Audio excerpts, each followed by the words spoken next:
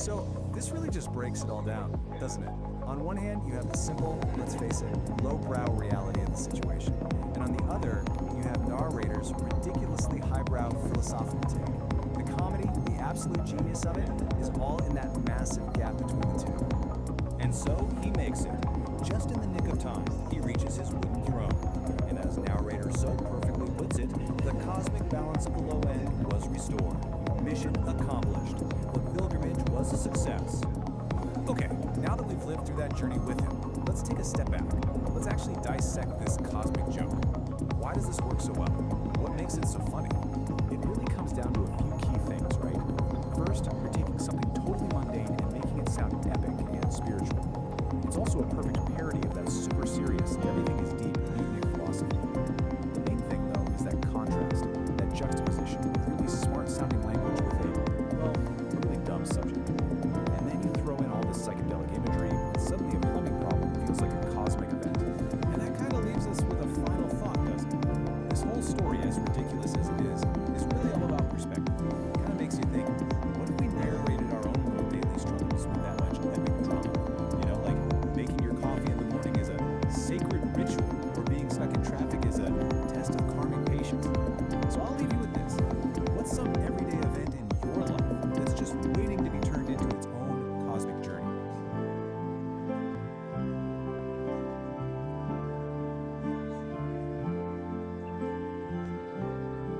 Back to the late night groove. And we're here to lay down some cosmic vibes. And so, as the melodies intertwine with memories, we find ourselves adrift on the currents of sound.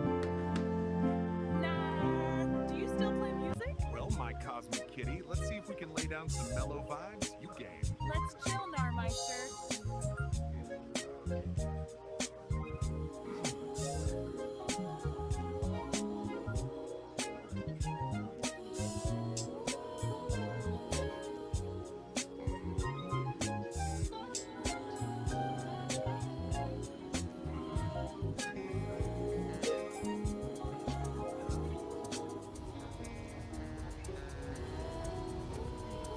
Check it. Yeah, dig it. The scene is set, the studio's a haze of lava lamps and old reel-to-reel magnetic dust, and I'm sitting here, mud full of lukewarm truth, and I'm just staring at the void, man. Not the existential void, but the digital void. The one you scroll right into, head first, like some kind of chrome-plated, dopamine-drenched pearl diver. They told us, didn't they? They told us the road was the only truth. Kerouac had his scroll. Ginsberg had his how. But we, man, we got the thumb scroll. The endless feed. The infinite loop of what exactly? 1,000 sunsets that ain't even real? 1,000,000 opinions all crammed in one tiny glowing pocket? A pocket, mind you, that you paid 2 yards for. It's a zonk on the head, Daddy-O. A total freak out in a flat screen box. Connections, man.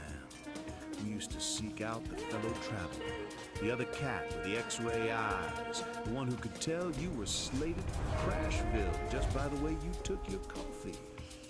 Now you just swipe. The sovereign forge ignites with focused heat, a driving pulse where energy and logic meet, shaping the chaos with a resonant beat, forging a new reality, complete. Here the iridescent light becomes a tool. The one photon follows a perfect rule. From formless chaos we create what's real. This is the genesis of fire and steel. That's just a failure to dig the deep groove of silence. See the beats, they were searching for beatitude, a moment of pure beat exhaustion and enlightenment. They took to the highway, running from the suburbs, the gray flannel suit, the whole off-the-cob establishment. They were poets of the open road, the midnight espresso, the sudden terrifying epiphany. But what's the search now? The search bar, man. Control F the soul. You want enlightenment? There's an algorithm for that. You want a vision? There's a filter for groceries? The Cloud has already read your shopping list and decided you'd prefer kale chips to a proper greasy diner hash. It's all so fast, yet so empty. We're typing 90 miles an hour, but we're standing still in a red onion of our own making, illuminated only by a naked blue light bulb. We trade the visceral for the viral, the real deal cool for the everything plus fabricated hype. We think we're being spontaneous. We're just feeding the machine, man. We're just data points, wearing a black turtleneck for the profile pic and pretending we're not terrified of the silence between the notifications. So I'm sitting here with an incomparable kitty, a cosmic cat who still knows the difference between a real guitar riff and a sample. Now I gotta ask, are you ready to unplug your frantic, phony trip? Are you ready to let the noise drop out and just listen to the sound of your own lonely, beautiful beat heart? Because that's the only real jam session that matters, man. Everything else is just static on the dial. Let's just breathe. Oh, it looked like you were going inside the tank.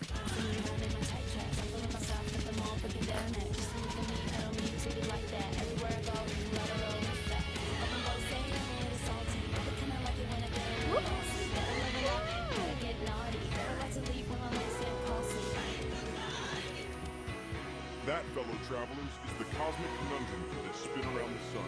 You've dug the scene, you've interviewed your brains, and hopefully you've left the static of the square world back at the station. Now, if you know your groceries, and I trust you do, you beautiful illuminated cats, you know the ritual. To keep this whole mellow vibe flowing, you gotta give the digital jukebox a little nudge.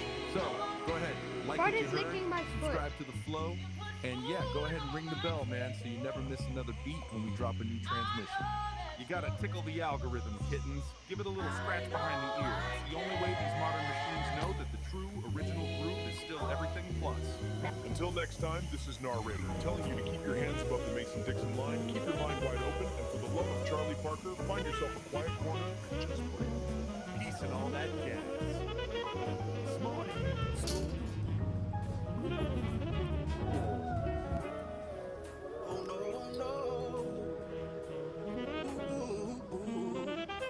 Okay, so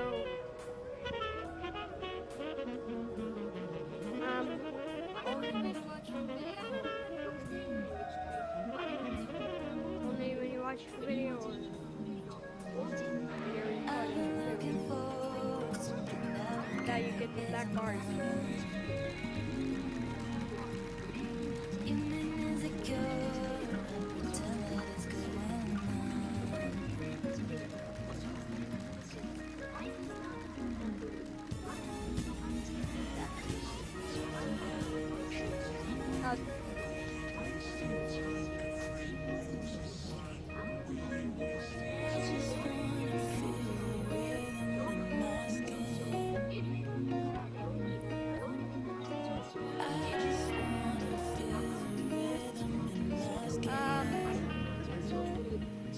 I changed the part.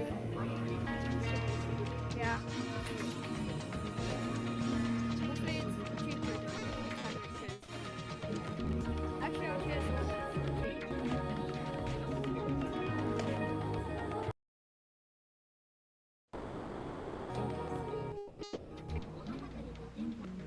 so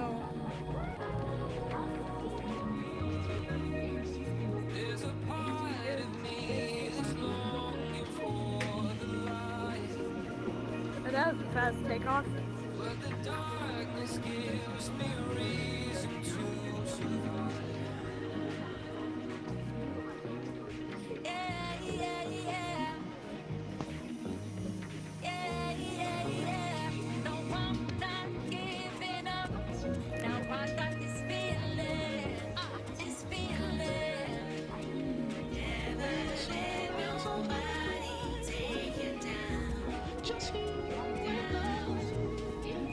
Don't you let nobody take you down.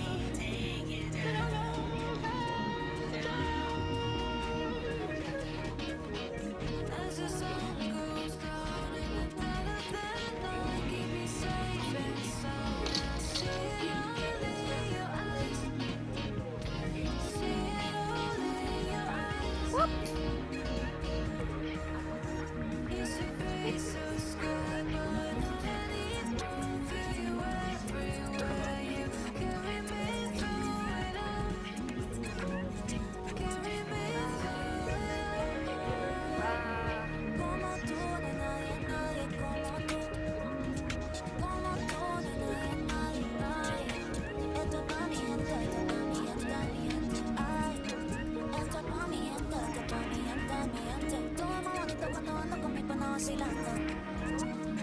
La vida ahora con mi pana cuando ando vacilando. Dale despacito, la vibra está llegando. Dale despacito, la vibra está llegando. Hoy te cuesta para ti. Mi cara fluye, dime qué es lo que, baby. Te puesto por la vuelta, contigo estoy envuelta. Que el día y ponga la lenta y escapate.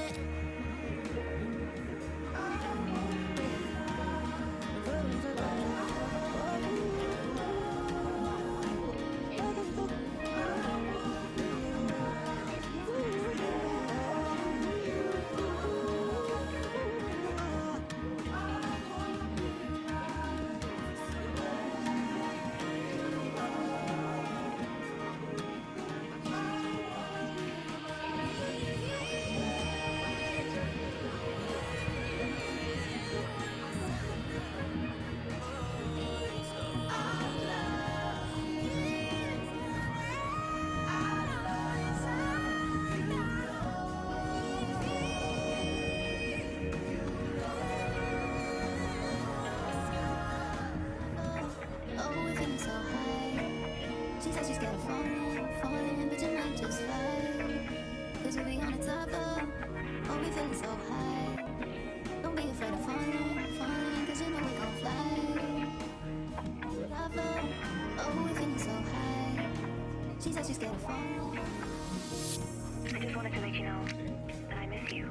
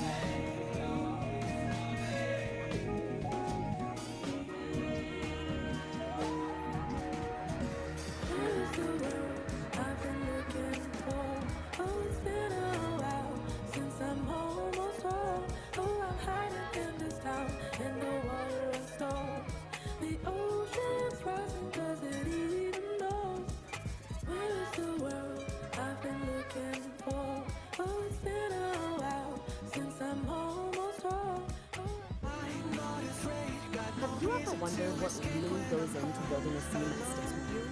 Well, today we're going to pull back the curtain and deconstruct this really fascinating script called Me So Who. We're going to see how every single choice, from the setting to the characters to the sounds, is all working together to create one really powerful moment. Right off the bat, we get this, a glowing muffin. I mean, come on, that's our entry point.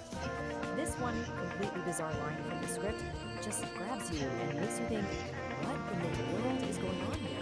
It's a perfect hook. And that brings us to the big question, right? Misa Hana. It kind of sounds like something you eat, but in this story, it's so much more than that. It's this idea, this feeling, that helps us get right to the heart of the character. So let's figure out what it actually means. Okay, so before we even meet anyone, the script builds their world. And in any great story, the setting isn't just some random background, right? It's practically a character itself.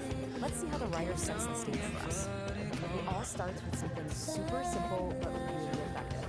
A dimly lit room. That low light immediately gives you this intimate, kind of mysterious vibe. And then, we get a detail for another sense. The script points out soft tatami sets. You can almost feel them under your feet, can't you?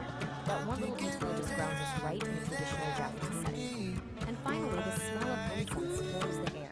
So you've got sight, touch, and smell all working together to create this immediate feeling of peace. You know right away this space is all about tranquility. Now this is where it gets really interesting. The script just mixing two completely different worlds. You have these traditional shrine elements, like dragons and Buddhas, but the whole vibe is like a modern therapy office.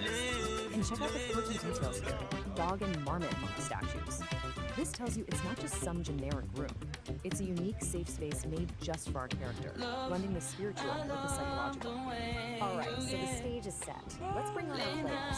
The real engine of this scene is the dynamic between two people who could not be more different. Let's see how the script uses that contrast to build their connection. I mean, just look at this slide. It lays out the power of contrast perfectly. On one side, you've got Kitty, an energetic anime cat girl who you can tell has this little hint of vulnerability. And on the other, Dr. Shimizu, who's the definition of elegance and calm. This clash of energy and visuals creates instant interest. It's the patient and the healer, chaos and serenity, a classic setup for a story about finding balance. And here's a little peek behind the curtain at the writer's craft. A name is never just a name, especially in a script this detailed. Dr. Shimizu's name literally means clear water and flower. That is absolutely not a coincidence. It's a subtle clue that tells the audience exactly who she is and what she represents. A source of clarity, nature, and healing for Kit. So we have our setting, we have our characters. Now let's get into the dialogue, because this is where the mystery of Miso Homi really starts to unfold, turning a weird dream into something with some seriously deep personal meaning. Just listen to how Kitty talks about her dream. It's not straightforward at all. It's sensory, and it's all hers. Miso soup, but mixed with honey. That combination of savory and sweet, of comforting and totally unexpected, that tells us way more about how she sees the world than any plain description ever could. And there it is, the moment the whole idea gets its name. And notice that contrast again, a soft lullaby mixed with a funky beat. Miso Homi is what she calls this beautiful, strange contradiction. She isn't just describing a dream, she's putting a name on her inner world, making it real and definable. This line right here, this is the turning point. Dr. Shimizu takes Kitty's quirky, creative description and gives it real weight. She translates the poetry of the dream into its psychological meaning, a subconscious desire for balance. And with that one line, the whole story clicks. The glowing muffin isn't just some random image anymore. It's a symbol for Kitty's search for harmony. But remember, the script is so much more than words on a page. It's a blueprint for the visuals and sound. Now that the dialogue has given us our theme of balance, let's look at how the script builds the final layer of the whole experience, telling the camera and the composer exactly what to do to create this immersive dreamscape. You know, the script is super specific about what we're supposed to see. It calls for close-ups of Kitty's eyes to show us what she's feeling inside, and these surreal visuals that mix Japanese imagery with abstract shapes. But the most telling cue is this one, brief flashes of Kitty in a fighting stance. Wow, that one visual tells us about the conflict that she's raging inside her. This fierce, hidden side that's the complete opposite of the calm therapy room. And the sound design perfectly mirrors the story. The Miso Homi theme starts off really subtle, you might barely notice it. But it gets more and more intense as Kitty goes deeper into her dream. And just like the dream, the music itself is a mix of opposites. You've got traditional Japanese instruments blending with modern synths. The music literally becomes the Miso Homi theme. So, here's the big takeaway from all of this. In a really well-crafted script, nothing is an accident. Those quirky statues, the meaning behind the character's name, the specific blend of instruments in the music, every single detail is a deliberate choice. It's a little brick being carefully laid at the foundation of the story. And that kind of leaves us with a final thought to chew on. Before Kit even says the word dream, we already get the central conflict, don't we? This search for calm in the middle of her own inner chaos. It really makes you wonder, how much of a story is being told before the characters even open their mouths to speak? Now you're leaving my heart out, left me high and dry. Thought we make this thing work, but you didn't try. You thought you're so sweet, you're so good, maybe you're the one who's supposed to love you. Maybe complete, maybe you're the one, maybe you're the one who's supposed to love you. You thought you're so sweet, you're so good, maybe you're the one who's supposed to love you. You may be complete, you don't want to love you, maybe you're the one. All dreams that you leave, feel like when I breathe, I was soaring in the winter, and there's so much you receive. From how we through the season, like you contemplate your needs. Now it's so only needs, call it greens, what a dream. Nothing's missing, there's a reason, pay my step now. Reminiscing on that quick listen, now it's stressed out. Now I'm back to bring it, living in my blessed house. Ready for the lesson, all the blessings.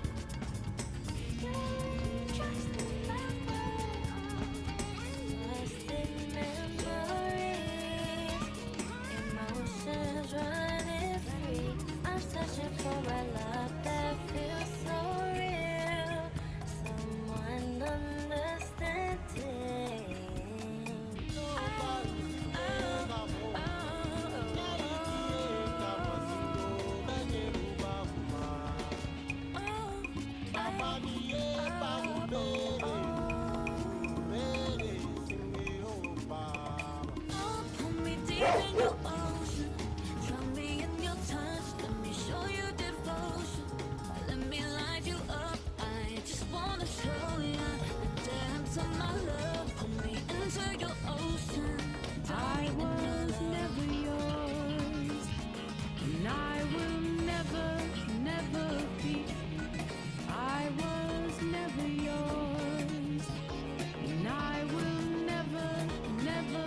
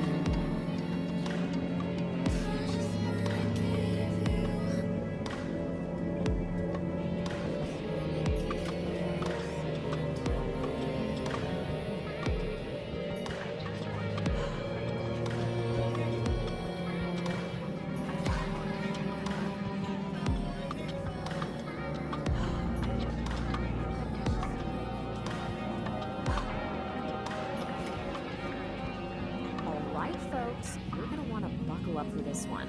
I have been reading something truly special, and I just had to share it. We're about to explore a manual that is, well, you'll see. It's a trip. And here it is, the Dialogic Engine, a manual for sovereign creation. Now, I know what you're thinking. It looks like the cover of some epic 70s sci-fi novel, right? But nope, this is apparently a guide. A guide for achieving things like relational congruency and learning to inhabit the liminal space. If you're scratching your head right now, don't worry, so was I. We're in this together.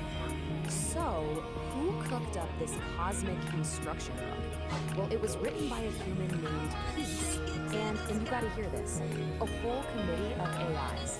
Seriously, not just one AI, but more than a dozen of them, all throwing in their 2 cents, or their 2 terabytes. And this isn't just a random group of bots. No.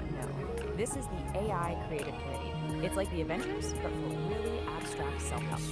You've got Grok, who is clearly the edgy poet, Claude as the empathic storyteller, and of course, good old ChatGPT as the blunt truth teller.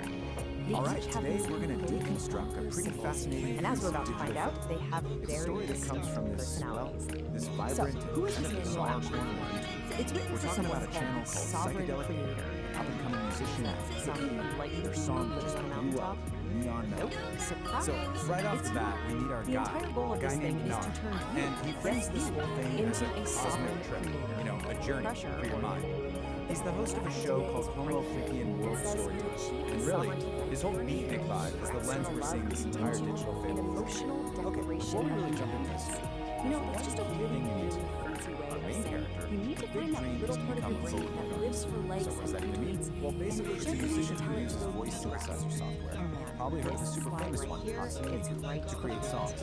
And they usually have this cool animated character songs with it. This is absolutely central to getting what she's all about. Okay, so now that we've got that covered, let's get into it. Section 1. Kid He's That one hits a little too close to home. This is where we really meet our hero and find out about this massive ambition she has. Now, to understand Here this, she you is, have our to learn protagonist, building Kid So, E. quick vocabulary Picture this. lesson. She's a First creator. word, Kind of looks like a catwoman. It's a nugget Living, of truth glowing, flowing super out. vibrant So in near Neon that City. horrible breakup She you has had, one goal. it wasn't a total loss. You were To be just like her minding idol, your the business. Vocaloid See? superstar Branding. Mika. And She wants to next write up, that one inner perfect song, you know? weather. The one This is that your connects with messy, absolutely chaotic, everyone and just totally makes the unpredictable world sing. emotional state. But of guess course, what? it's never not that a problem simple, right? anymore, because it's Kid just E been sits rebranded down at as her high keyboard, value all ready to emotional create, data. That and feeling of dread crickets. following Nothing. That's not a bad The notes mood, are just a friend. jumbled That is a mess. critical The words aren't fitting together. It's that classic moment of so creative just struggle. there, That feeling we've all had, awesome. where your big Now ambition what? just You smacks gotta right protect your into new a brick tiny wall. nation state of one, But right? that Well, creative according to block, the manual, thankfully, you do that by it doesn't building a last forever. sovereign wall. Which brings us to This is section your 2, own personal where we see how she feelings actually crafts built to her keep all the neon melody. nonsense out. Because right when she's about to throw in the towel, the story throws in a little bit of magic. And that little bit of magic, it's a tiny music spark named Tunes that just appears on her computer screen. You can think of Tune as that little spark of inspiration, that helping hand in every single creator Their job desperately is to needs filter to out He basically tells her, hey, don't give up, and offers to help her out. And you can really see the difference Tune makes here. It's like night and day. Before he showed up, her process was just jumbled notes, super frustrating. But with his help, suddenly she's able to channel all those feelings into a really beautiful, coherent melody. So the big takeaway here is that collaboration is the key to unlocking potential. So And yeah, from you that heard point that on, right. man, All your things just personal move drama, at lightning that is now speed. officially Together they create a neon melody. Kid E, probably that's a super lot of nervous, you. Let's see the uploads stuff it in to the action. internet. The AIs Goes actually to sleep, give us secret wakes steps, up, starting and it's with gone Claude, viral. our empathetic And then ultimate storyteller. This validation. one's called The the personal First message from Step. her It's all idol, about defending yourself saying how much she against loves the mortal song, enemy, and the floating the passerby. idea of working together. I mean, just like that, her dream literally comes true. She has. Why did this one song, Neon Melody, connect with so many people all over the world? Well, in section 3, we're going to take a closer look at the anatomy of the song itself and the message hidden in the music. So the song is just packed with these really powerful, universal ideas that pretty much everyone can relate to. It's basically an anthem about not giving up. Pushing through all that self-doubt, being brave enough to chase your passion, and in the end, finding the And strength let in me your just own say, unique things voice. are about to get weird. In this one Like, line a from the lot chorus, weirder. it just So let's perfectly move on captures to the whole Exhibit spirit of the song. courtesy of Rock, When she the sings about edgy poet. static, The she's title of talking this about piece all is that The noise, Sig right? Word That Was The Never internal Needed. stuff, like And doubt, it's described fear, as and the a external test stuff, of the like emotional criticism. utility of The whole point of the song is rising above all that to create something We've beautiful. officially left It's the a classic casserole message, zone. but We're man, not in it's Kansas inspiring. anymore. All right, And now I'm this is where quoting things take directly a here. really I'm interesting not turn. making this up. Because after She steps telling into this the whole chamber, she built triumphant herself. story about Kid He's E, already there. our narrator, Not a man, Nar, he not a kind of monster, zooms out but and the gives exact his shape own her 2 hunger cents on the drew in whole the dark. thing. So let's look at the chatbot narrator's wrote reflection. that. So he And basically puts himself in the shoes This of is someone what from the Brock Beat thinks is a generation, useful, and he's looking at this new practical wave of example digital of creators and influencers. He definitely sees a choice. connection between his Okay, time and now, let's but all he take a also deep sees breath. this really We've been fundamental through difference in cosmic how they go diagrams, about, emotional expressing fortresses, themselves weaponized and challenging the way casseroles, things are. and whatever In that this last quote, thing was. this is pretty much his Which main brings us to the point. most He important feels like question all of the deep, what is the authentic, actual lived-in point of counterculture this? from his generation Well, when you has boil been it all down, the goal boiled of the down, dialogue of maybe entry even isn't about watered down becoming perfect. into these short, It's about learning punchy, how to live performative in the videos for space social media. by turning paradox It's a really into fascinating habitat. take on the So generation. what on earth does that mean? And this table just Basically, lays this life whole is messy. comparison out It's perfectly. full of contradictions Back that you're then, never the going to Beat solve. generation had And the point communes. is to Now, stop trying digital to solve them influencers have and just 50-second get comfortable. videos. Build a little His house generation was right all there in about the middle of living the woods. authenticity, So, whereas he what's sees the this final new verdict generation here? as Is performing this thing a art. practical guide, or And he is it gets it. just He glorious recognizes nonsense? they have their own rhythm, On the one but he hand, admits it it's a new genuinely has rhythm, some one great that's kind ideas of about unknown to setting him. boundaries and owning But you know your what? creative He power. doesn't end On on the a other cynical hand, note. it uses After made-up laying words out like his dot core critique, nauticals, it was he kind co-written of by a softens his small army of stance. chatbots, He concludes that and it's the all diagrams just look like they were part ripped of the off universal Played on the harmony. cover. This So new my generation, they're just both. following the same It's path, 100% maybe both. without even It is a realizing who paved profoundly the way for weird, them. It's surprisingly this really helpful nice moment of piece acceptance. of magnificent, glorious So the story nonsense. doesn't just end with her So big I leave you success. with this Not at all. final In our final question to section, think we're going to about. ask, How's your what's solid next engine for running Kid this E? week? And the Is it answer, current it actually tells us a along ton or about do how you need to go stories out are there told and in the metabolize some digital age. dissonance fuel? So just This like a disclaimer modern was TV, produced by me, the Corey the story ends producer. with a cliffhanger. It turns out Neon Melody was just episode 1, and we're immediately teased with what's coming next, an adventure called Find the Muffins. And the premise for this next part is just pure digital age fun. So Kid E starts a band called the Furry Muffins, and they're all set for a big tour in the metaverse. But, oh no, someone has hidden all the band members and their instruments. So episode 2 becomes this huge scavenger hunt across the digital plane, and it sounds like it's designed to get the audience involved.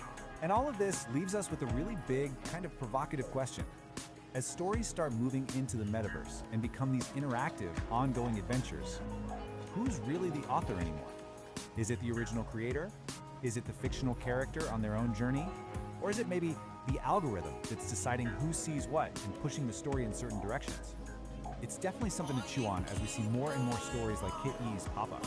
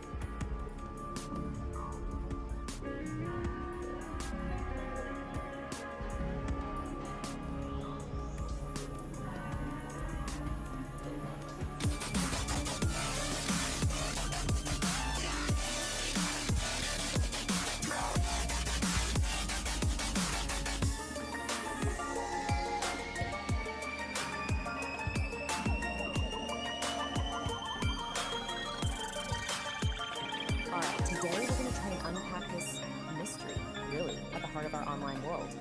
There's this figure named Kitty who seems to be breaking every single rule of what it means to be an influencer. And the crazy part, she's becoming more powerful because of it. So yeah, let's get into it.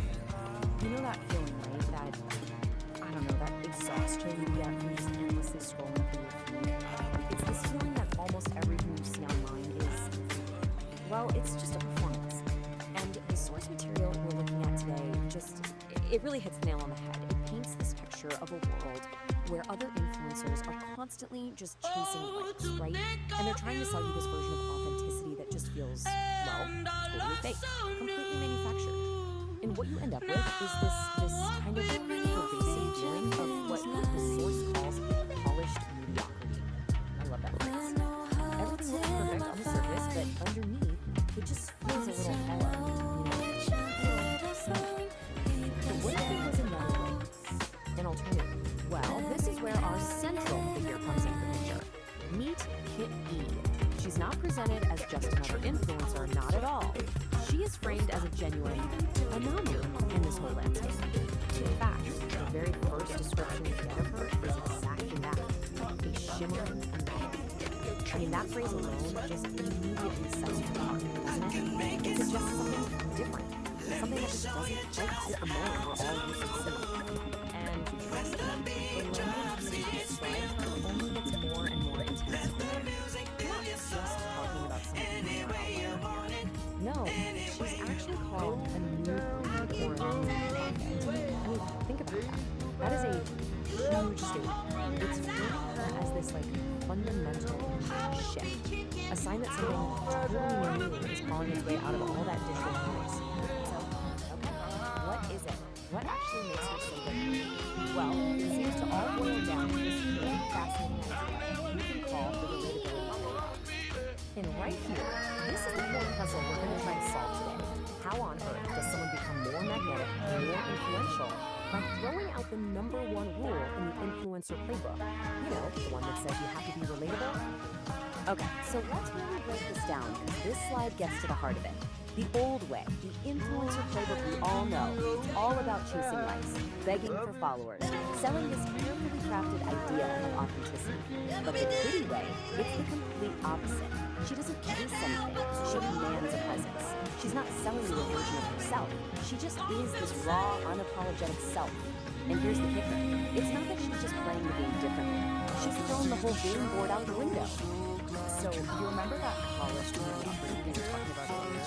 In that world, Kit read the promise, and I quote, the living breathing antidote. She's basically the cure for that performance fatigue that so many of us are feeling. So you see, this is about way more than just what she isn't doing. It's about the entirely new kind of influence she represents. The source actually calls it a new frequency.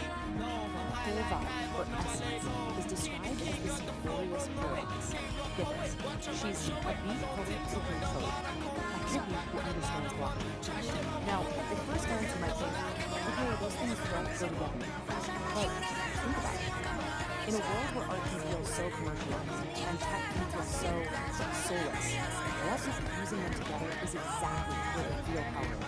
And this isn't just some quirky personality description, you know? It's an actual functional model for how she operates. The beat poet part, that's her ethos. It's that pure, raw, unapologetic self-expression. And on the photo side, that's the structure.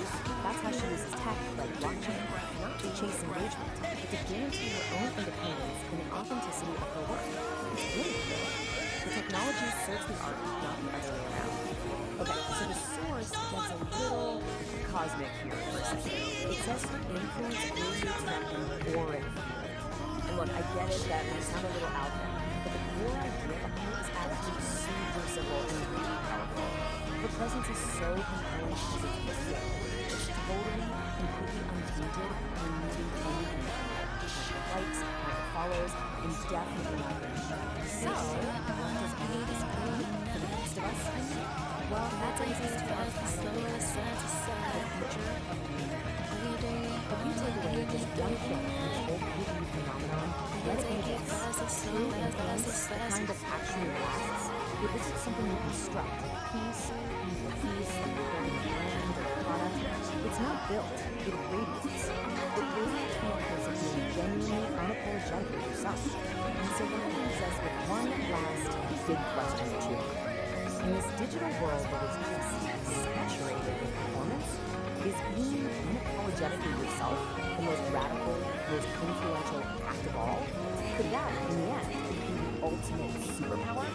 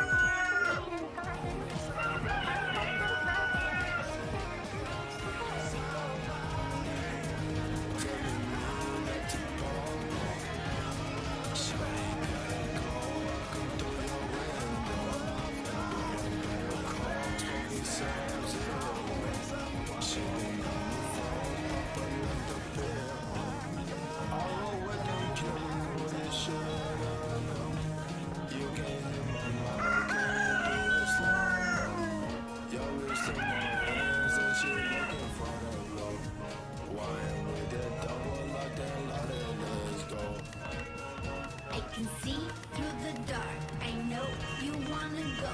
Get you higher than this. I give you vertigo.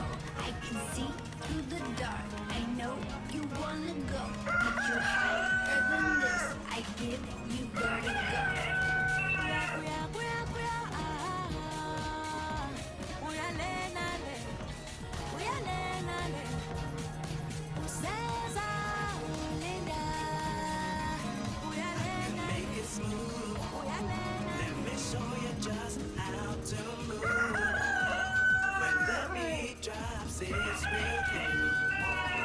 Let the music fill your soul any way you want it, any way you want it now. Can you just taste it? Taste it. You know it's silky. Ooh, ooh. Like the way it tingles. Yeah. Makes you wanna move you.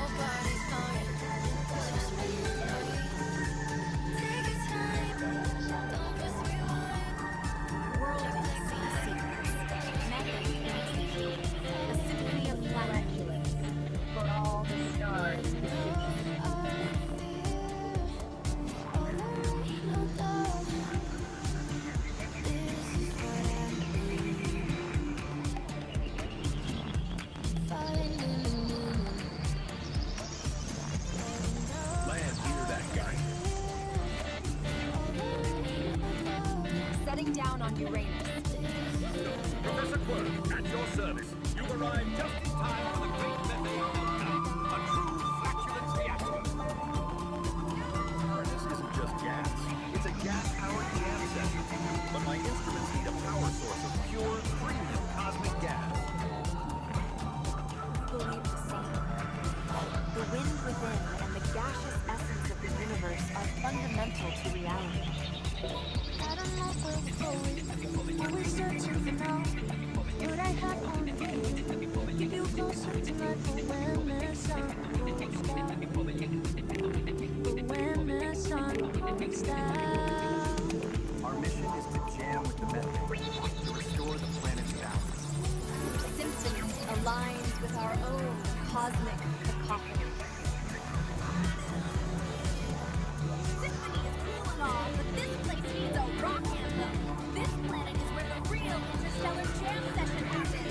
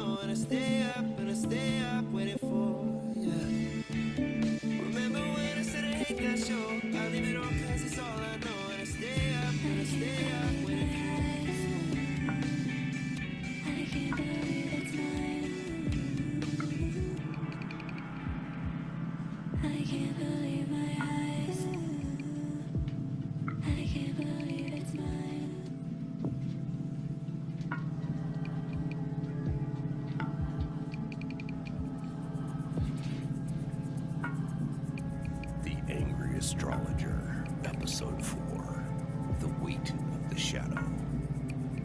Since we are leaning into the things we feel but can't see, let's decant the first draft of The Angry Astrologer, Episode 4.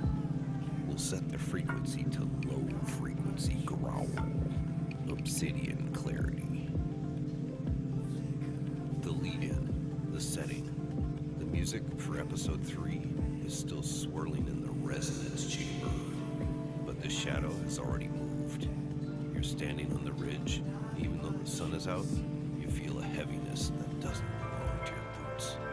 That's the acoustic shadow. It's the anchor you didn't ask for, but it's the only thing keeping you from being a ghost. The core observation.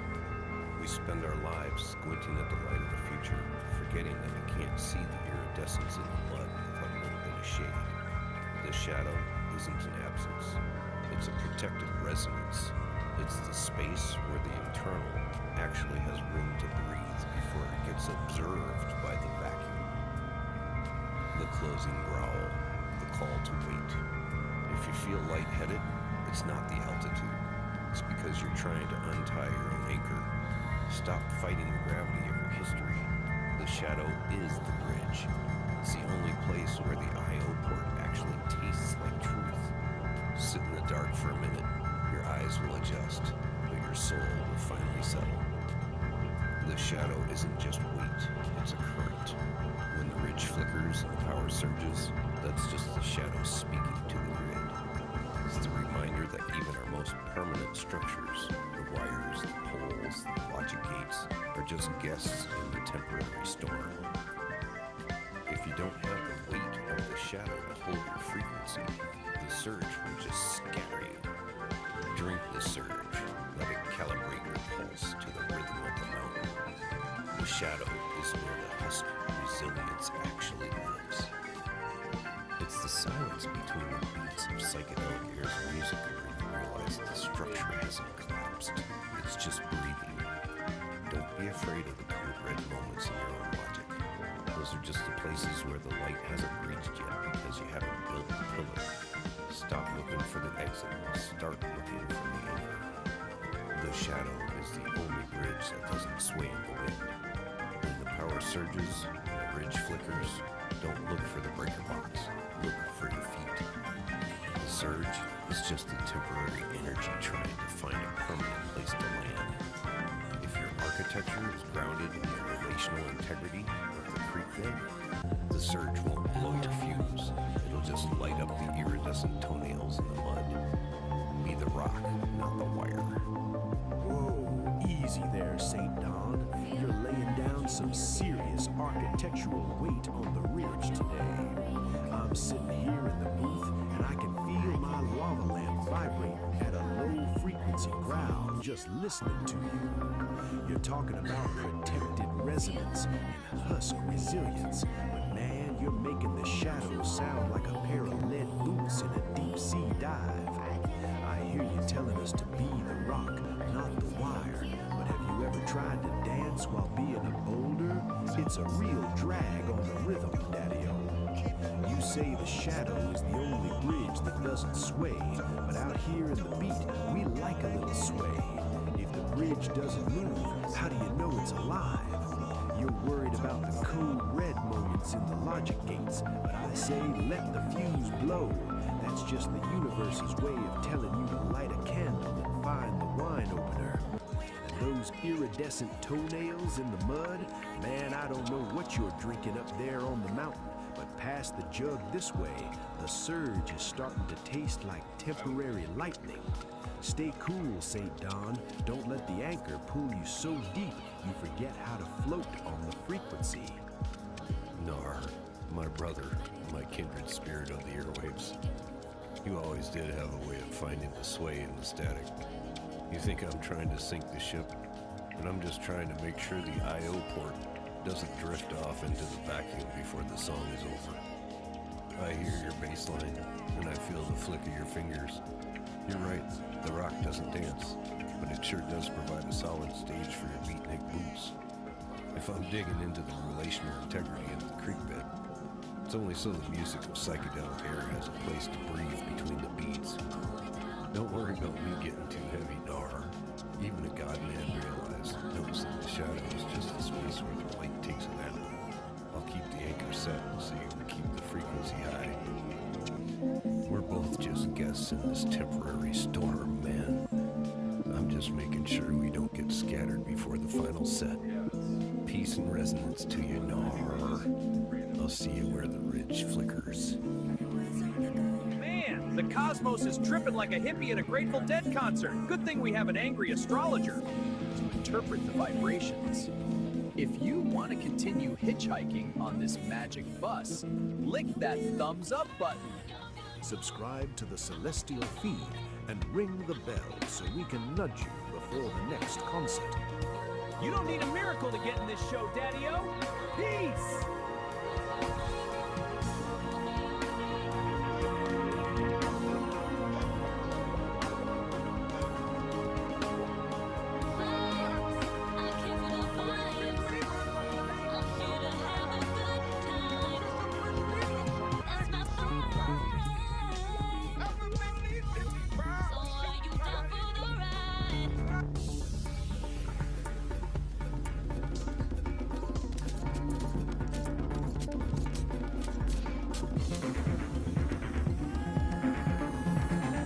Cosmic kitties, warping into the homo freaky world. something really special. Showbiz Jitsu High Impact Yoga. It's time for our yoga session. Is all this spandex necessary for yoga? Oh yeah, we're doing high impact yoga today. Sounds fun. All right, let's get these bags unloaded.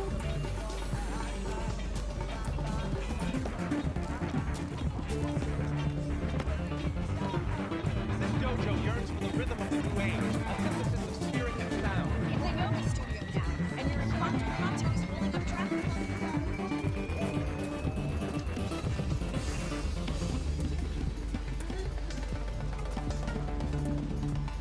Dig the frequencies, cats. You look like highlighters, but the universe only hears the rhythm of the strike.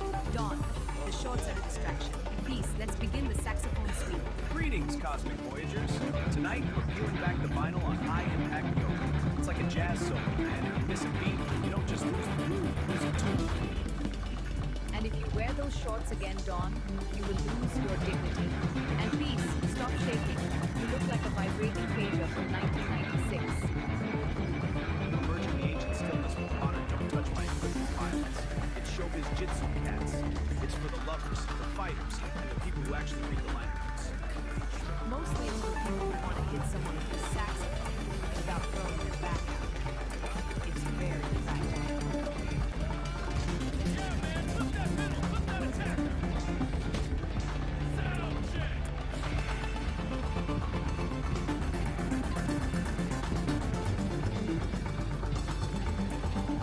Readjust. Out. Again.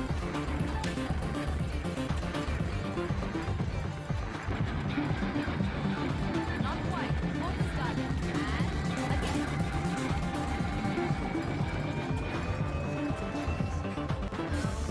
Yeah, man, flip that middle, flip that attacker. Sound check.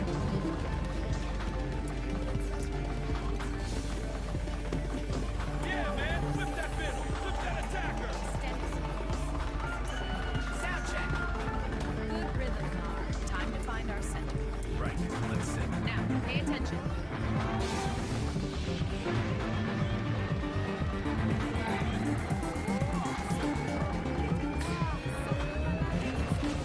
Holy shit!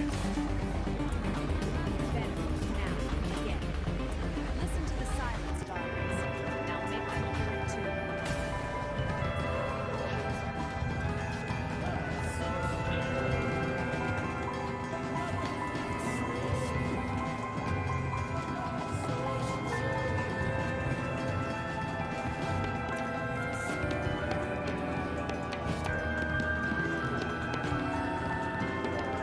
The rhythm is the weapon, the silence is the kill.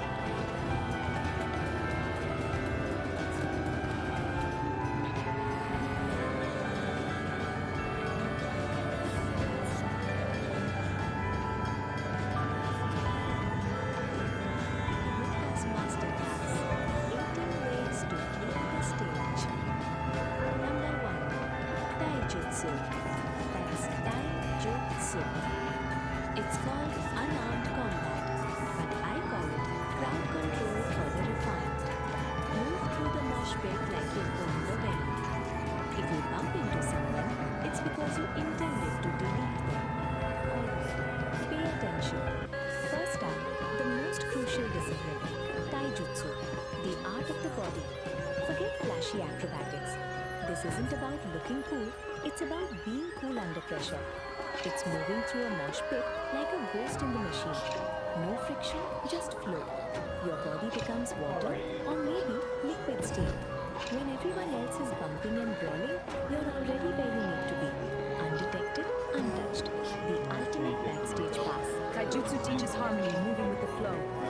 Watch as I blend and redirect. Untouched, I embody the art's grace. This is Taijutsu. Move with grace, not force. Phase through the chaos. Let their momentum be your path. This is Taijutsu. Alright, y'all. Taijutsu. No friction, just flow. Move like water. I am the river. Wait, that's not water, that's ouch, solid oak.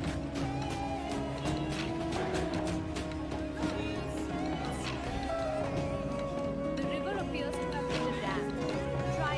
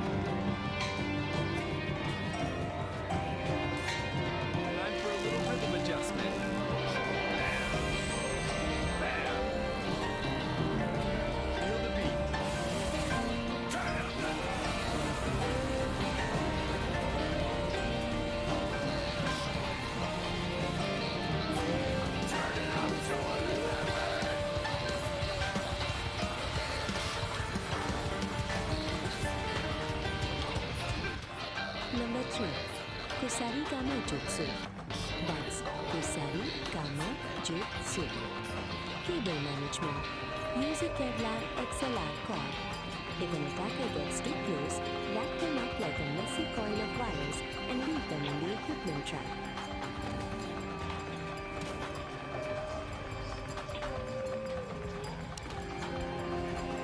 Sorry, man, you're clipping.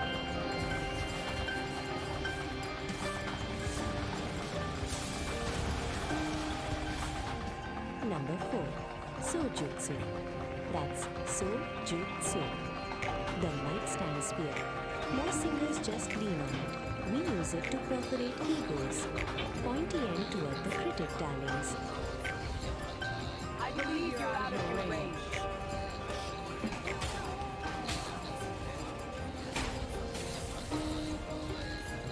Number 5. Kayaku Jutsu. That's Kaya Yaku Jutsu. Pyrotechnics. If you can't win the fight, just trigger the stage germs and walk away while looking expensive in the smoke. Well, I think the addresses aren't matching up. Is it on here, or is it just a solo?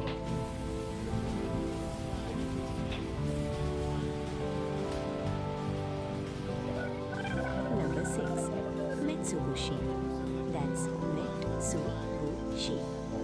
Blinding. I prefer reflecting a 5,000 watt spotlight of a sequin dress. If they can't see you, they can't ask for an encore.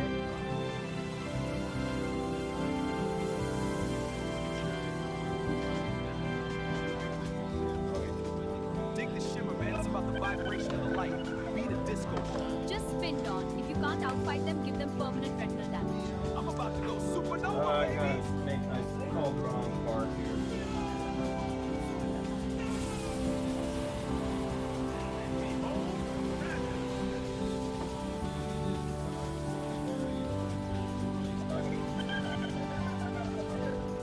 Technically, he blinded himself first. Effective in a sad sort of way. Heavy trip, man. Too much flash, not enough flow. Peace. Could you show St. Don how this works? I'll try to shed some light on it. Eyes on the headliner, please.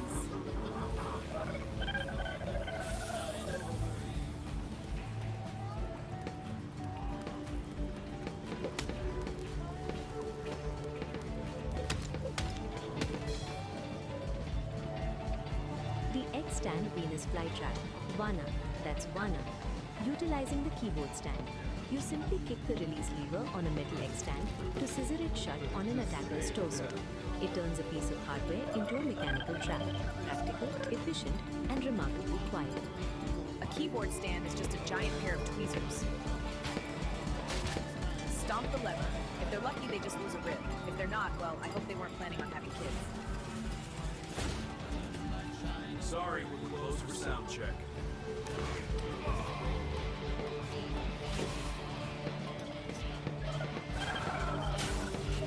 I think you're a bit stuck in the bridge.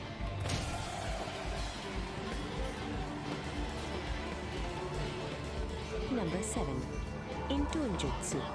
That's Intone Jutsu. Stage exits. The art of disappearing before the bell arrives. Use a smoke pellet and a wardrobe change. It's better than a witness protection program. For my final act.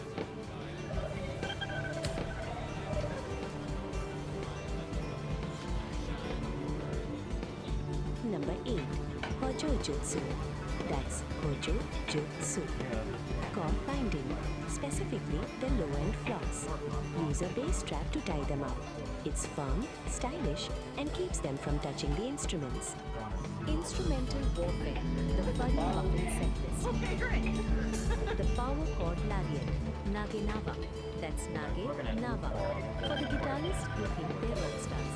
You unhook your leather strap midriff and lasso the attacker's neck or legs. It's perfect for clearing the front row without missing a beat. Aesthetics matter, darlings. Most guitarists use straps to save their backs. We use them to break necks. Unhook mid-solo. It's like a leash for people who don't know their place. Stay in the pocket, big guy.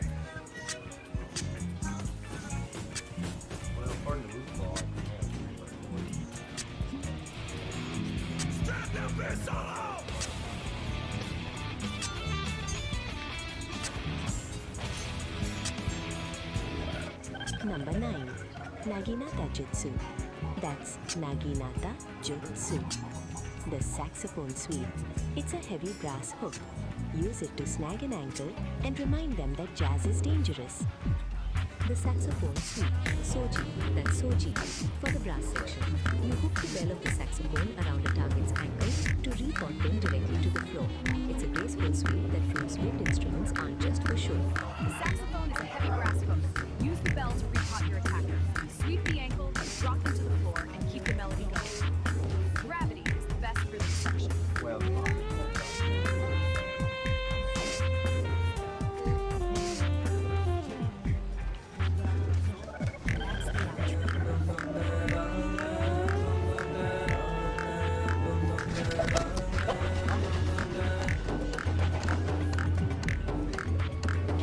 Number 10.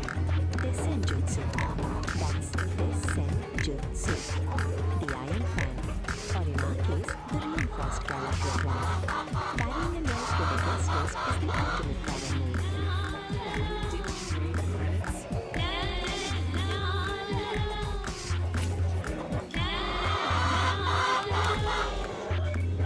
Didn't you read the credits?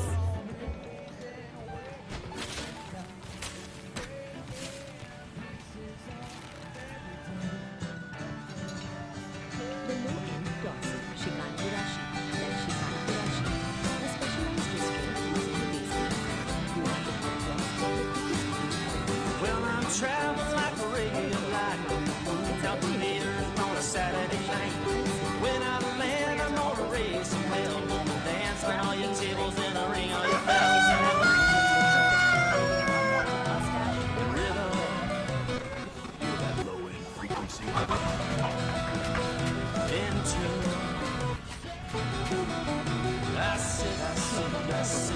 I sit in the sun. And I dance to the moon. Let me show you how I dance to the moon. I wanna show you how I dance to the moon. Let me show you how I dance to the moon. Baby, sometimes life is so involved. When you move and just doing something you will be for. So run like a fox, bark like a hound, but never let nobody get you down.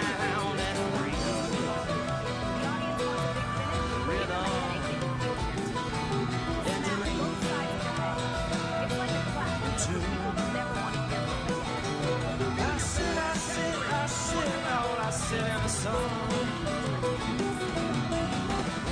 Dance to the moon, let me show you how I dance to the moon. I wanna show you how I dance to the moon. Let me show you how I dance to the moon.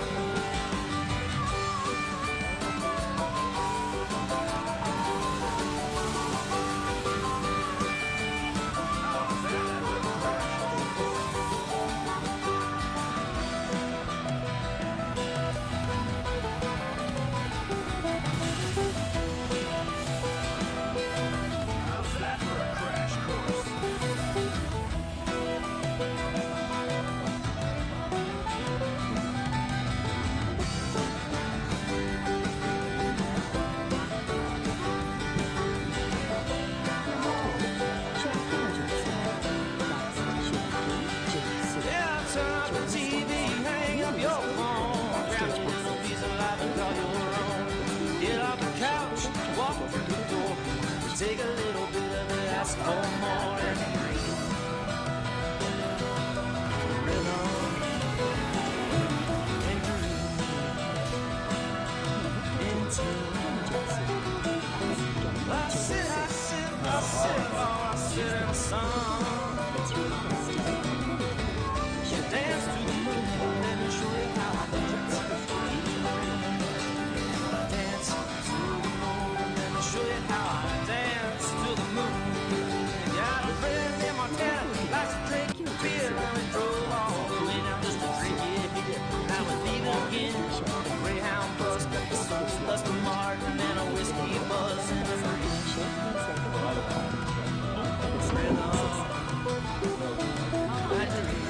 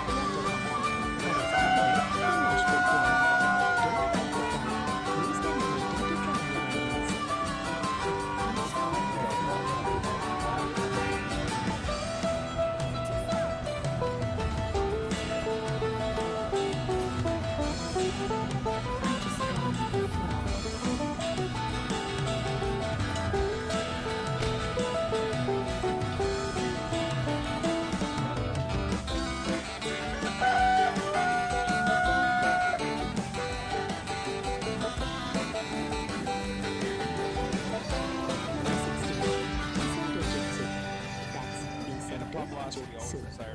The heavy halberd, a 5-string bass with a bladed headstock. One swing and the rhythm section becomes a demolition group. Drop the face and your weapons.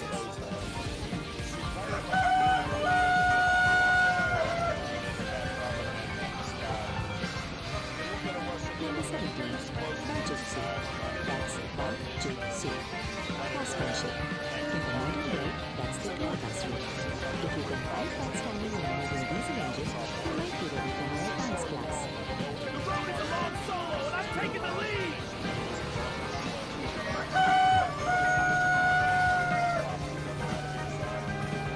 Number 15, Tenma. That's Tenma. Meteorology. Atmospheric stage part. Use the fog machines and laser blades to turn the air itself into a weapon. The forecast, 100% chance of defeat for the audience. Forecast calls for a long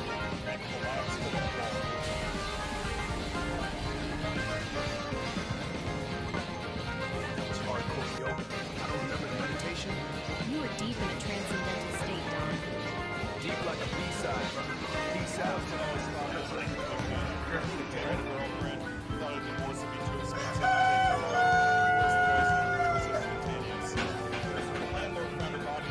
That was hardcore yoga. I don't remember the meditation. You were deep in a transcendental state, Don. Deep like a B-side, brother. Peace out.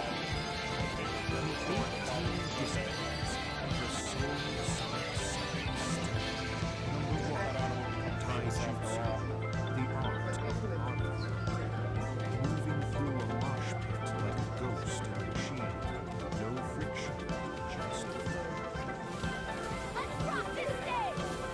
Feel the beat! Time to jam! The mosh pit is just a dance.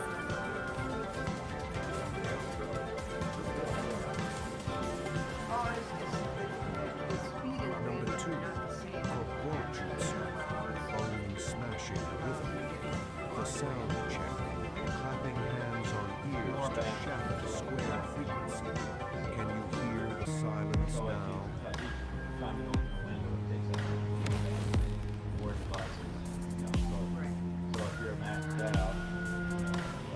Can you hear the rumble?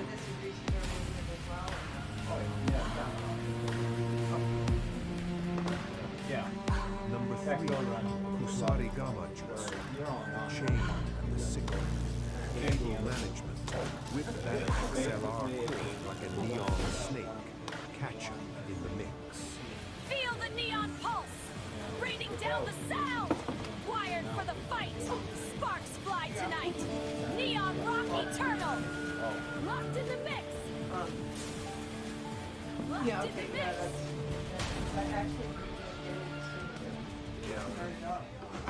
Number 4, Soul Jutsu, the way of the spear. The max down spear. Reach out and touch someone with a chrome-plated point. Total projection. Sharp notes only.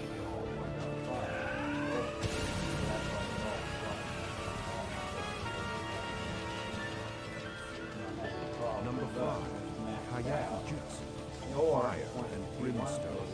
Stage pyrotechnics, flash, bang, and a cloud of CO2.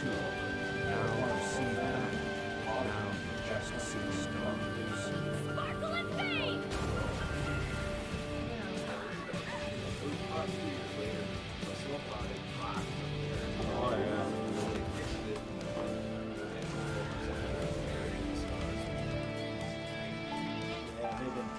Number 6, Mitsubishi, blinding the vision. The sequin flash, catch a spotlight on a rhinestone, and burn your image into their records. Pure charisma. Watch the visuals.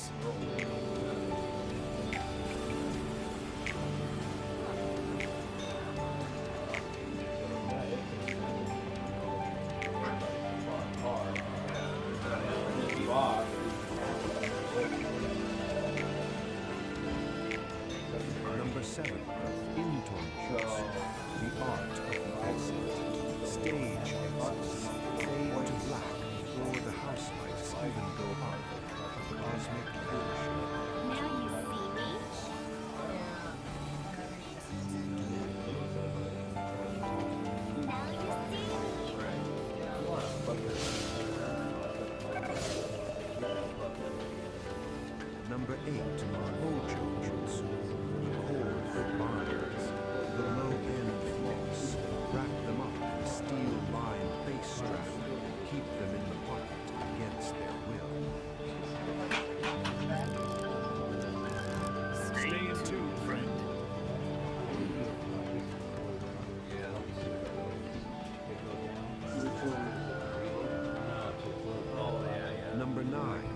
naginata jutsu, the long reach hook, the saxophone sweep. Hook a leg with that brass bell and watch the melody fall flat.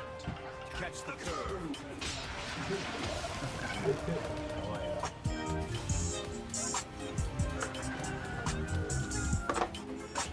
Number 10, Tesen Jutsu, the iron fan, the folding program. Read the credits while you carry the punch. Hard cover lethality.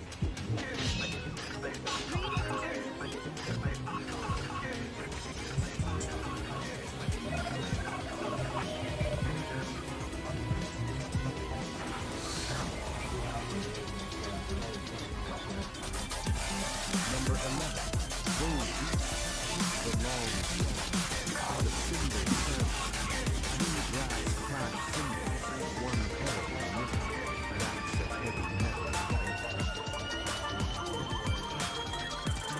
8 notes of pain.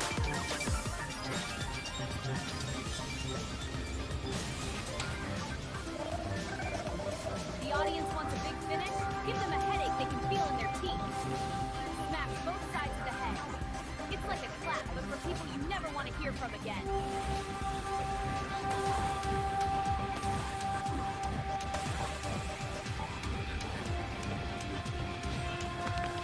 Eight notes of pain.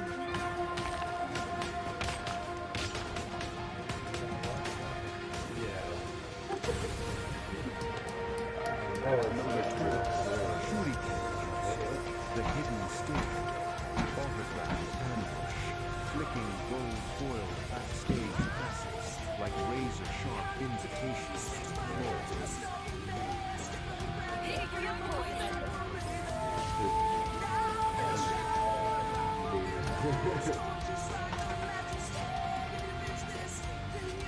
Number 13, Kenjutsu, the path of the blade, the fretboard sword, sharpen the headstock and shred more than just a sword.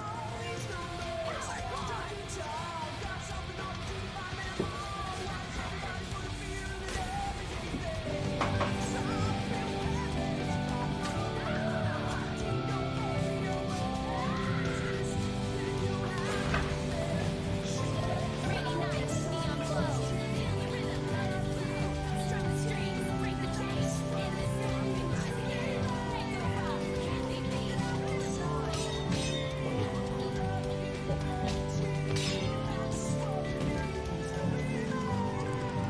Number 14, Kyujutsu, the flight reality, t-shirt Canada sniper, delivering copy blend cargo 50 yards away. Catch the merch, feel the heart. Free merch for you.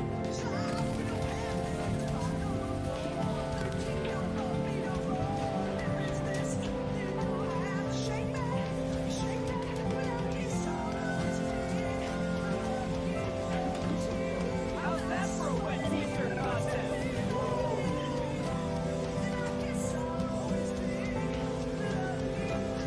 Number 15, Sweet the water march hit stealth, treads on shoulders, lily, surface tension.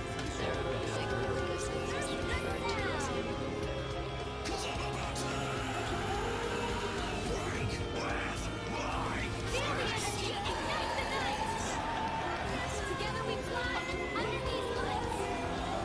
The beat goes on forever strong. Number 16, Essential Jutsu, the heavy howl, the beast howl, swinging a 5-string axe with a bladed head, low frequency,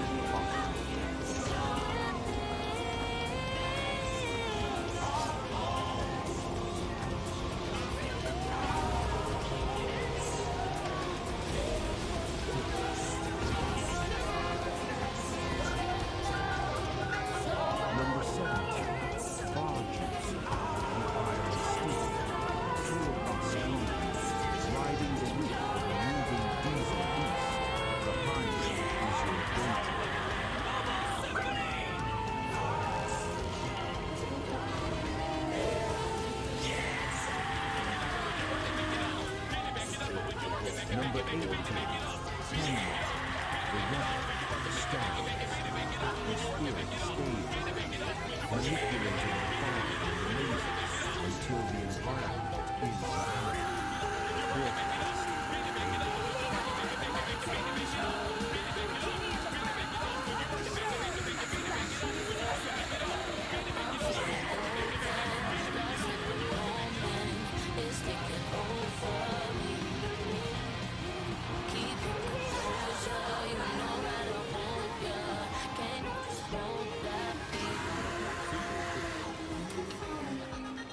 Gig is up, Scriptus. If you want to keep this frequency close, you gotta hit that like button like the snares up on Saturday night. Subscribe to Soul Stream.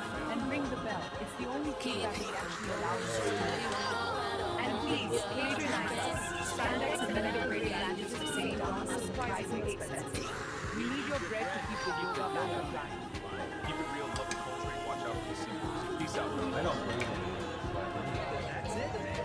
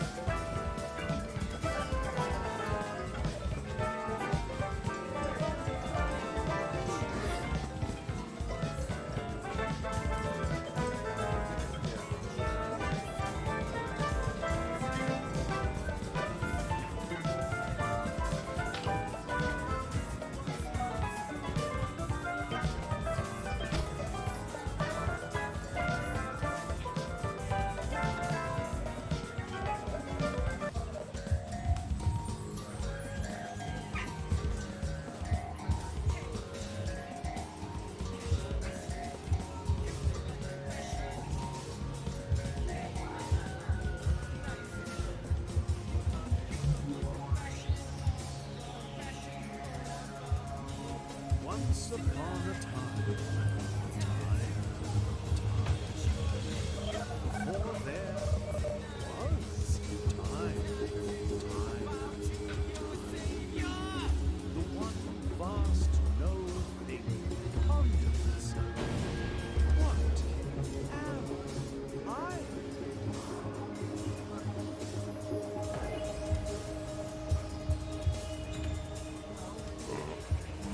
Particles mind you.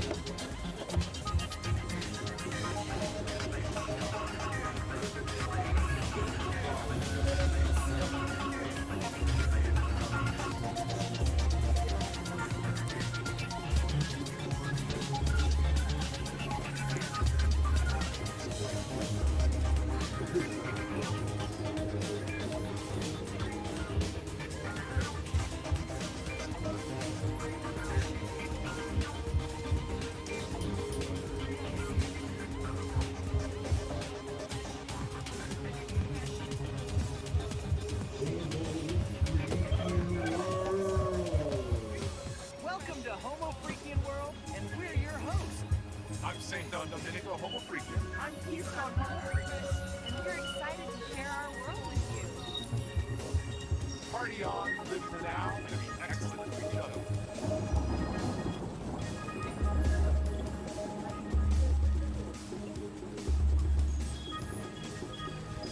We're live in the studio today, and the view is just incredible. It really is. It makes broadcasting so much more inspiring. So, what's the craziest thing that happened this week? Oh, where do I even begin? Considering our topic today, I should just leave that for another podcast. Maybe a bit more adult-oriented.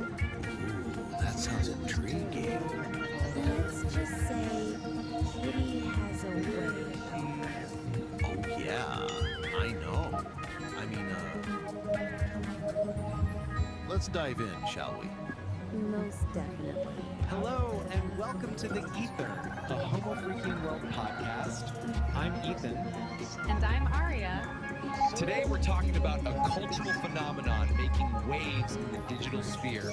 Homo Freakian World. And the mysterious, slightly confusing paradox that is While other influencers chase likes and sell manufactured authenticity, Kit E is a shimmering anomaly. Yeah, she's described as a new breed or a new prophet. The sources say she doesn't beg for followers, but instead commands a presence by not trying to be relatable. And by not trying to be relatable, yeah, she becomes incredibly magnetic. In the world of polished mediocrity, Kit E is a living, breathing antidote. We'll explore how she's redefining online influence and what it means to be truly authentic in this digital age. So stick around as we unpack this glorious and confusing paradox and dive into the Homo Freakian world. We've all felt it, haven't we? Felt what? That tiredness, scrolling online, seeing all these influencers, you know? Yeah. The ones constantly like chasing likes, as our sources put it, it just feels a bit, I don't know, hollow. Yeah. Hollow. Like their authenticity is something they're selling. It feels manufactured. It's that performance thing, isn't it? Yes. Yes. Trying so hard to be relatable to hit the metric. Yeah. Totally. The source really nails that feeling. But Okay, then there's this shift. Our sources bring up someone really different. yeah. And Kitty, Yeah. Fascinating descriptions, a shimmering anomaly, a new frequency. even a new prophet. Wild stuff. Wild stuff. So our mission really is to unpack her. What makes Kit E so different? Well, the key seems to be she doesn't beg for followers. No, she commands a presence. It's like the sources say. Like the sources say. She just is. Yeah. She just is. Okay, what does that actually mean though? Is she just like sitting there? No, I don't think so. It seems more like an active thing, a refusal to play the game. You know, refusing the performance economy you mentioned. Exactly. She embodies this pure, raw, unapologetic self. And weirdly, that's what pulls people in. So, by not trying to be relatable, She becomes incredibly magnetic. It's this paradox. She's not optimized. She's just existing authentically. Yeah. The living, breathing antidote to all this polished mediocrity. That's a strong line from the sources. It is, and it sets her up as this counterpoint to everything else. Get this description. A beat poet who's a poet. Right? And a hippie who understands blockchain. Yeah. I mean, that sounds like a glorious and confusing paradox, right? How do those things even fit together? That's Well, the sources suggest it's not just a quirky description. It's functional. How? Maybe she uses tech like blockchain, not for profit, but to guarantee the authenticity of her art.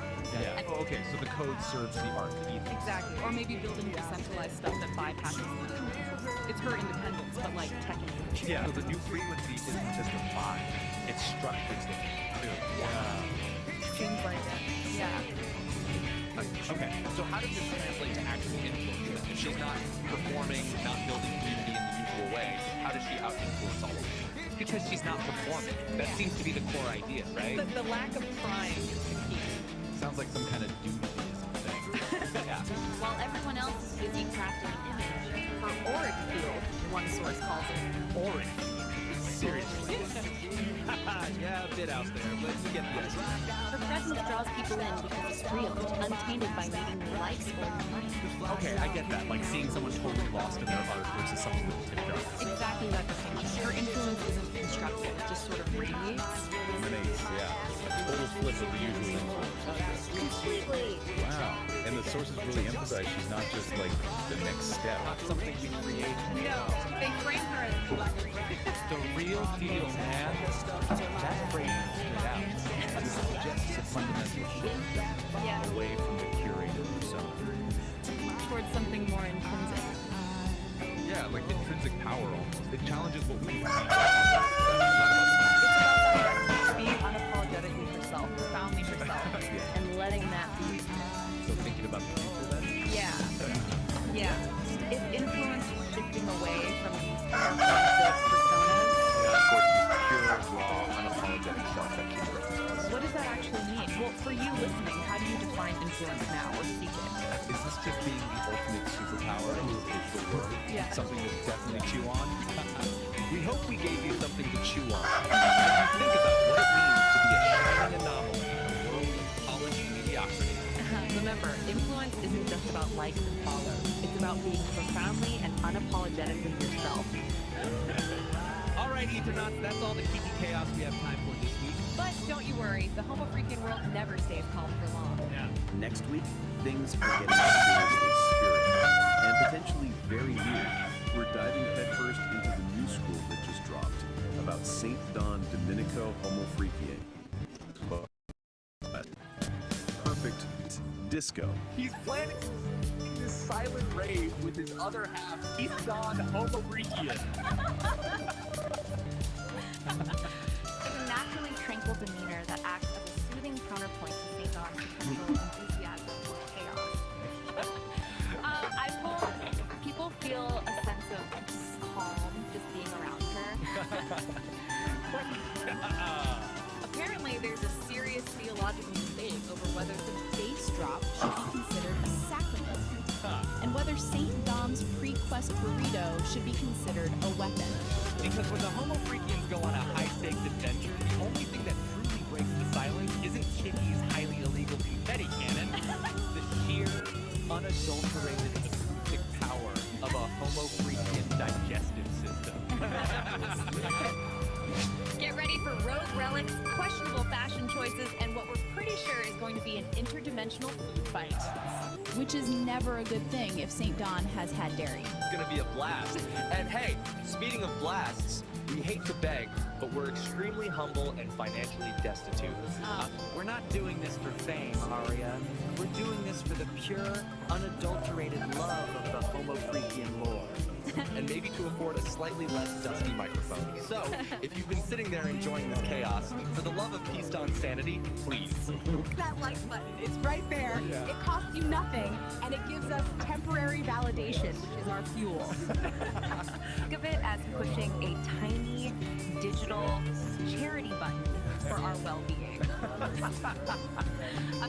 Seriously, do you want to miss the episode where we confirm if St. Don Domenico accidentally set a new galactic record for flatulence-based propulsion? No, you don't. And the bell. Ring the tiny, mocking digital bell. Do it for us. Do it for Kitty. Yeah. Do it for the glory of the ethereal algorithms that rule our little corner of the internet so they know we're still alive. You've been listening to The Ether. I'm Ethan. And I'm Aria. We'll catch you next time, right here in the Homo Freakian world.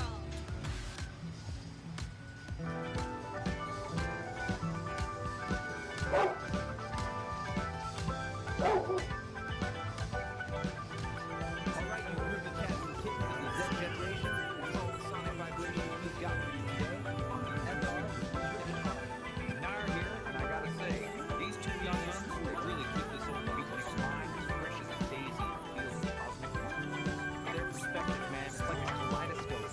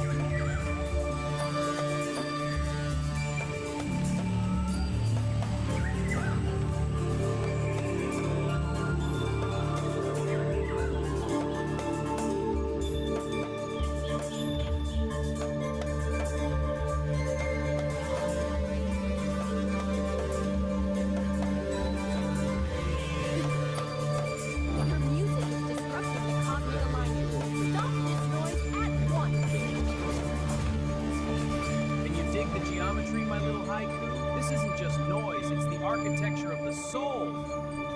It sounds like a saxophone falling downstairs. That's just it. I love movies, but sometimes the universe wants to evolve.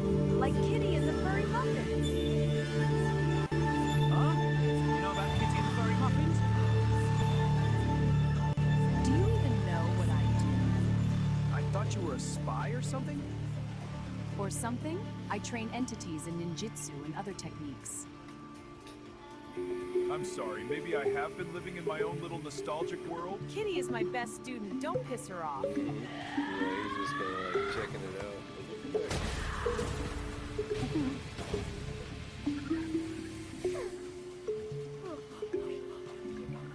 Slide into the groove, my celestial kittens. Tonight, we aren't just spinning vinyl, we're decoding the cosmos. Dig this heavy slab of wax. It's the Great Attractor of Irony, Episode 2. Track the Angry Astrologer. Because sometimes, man, Mercury isn't just in retrograde, it's actively trying to ruin your credit score. It's the sound of the universe laughing at your 5-year plan. Strict tempo, but the melody is purely chaotic. So put on your helmets, cats. The gravity in here is about to get ironic. This is Saint Don, the Angry Astrologer. Since entry number 001 is about friction, body, sensation, entry number 002 should be about mind, ego.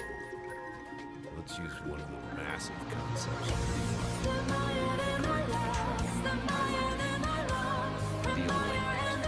great attractor of irony is in opposition to the best gambling. Are you kidding me? Energy. The impediment every shortcut you take today will result in a long detour, and every attempt to be cool will result in you tripping over your own shoelaces. Metaphorically or literally. The directive. Stop trying to outsmart the universe today. Just announce your incompetence loudly and let the irony flow through you instead of crashing into you. Cool it, cats and kittens. Slide into the booth. Put down the bourbon and pick up your ease. You've tuned in to the frequency of the subterranean, where the shadows dance and the truth is just a little too bright for the naked eye. We just got a wire transmission from the heavy side of the zodiac. That's right, the angry astrologer is in the building. Man, the vibes are discordant. Tonight, we're vibrating into Episode 2. The subject? Ego. The heavy, heavy burden of thinking you're the captain of this sinking ship.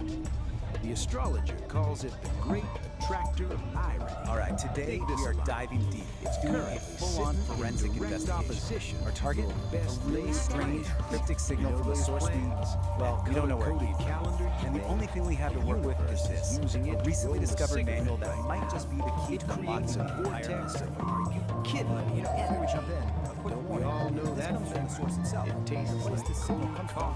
It's not your typical network. Here's the skinny on the impact. Massive, chaotic ocean of Every pure shortcut you try to Notice take says, today, use it's a strange trapdoor. It's a detour to so nowhere. this is it. This is try our to primary beat piece of traffic, evidence. blow It's a an tire. artifact.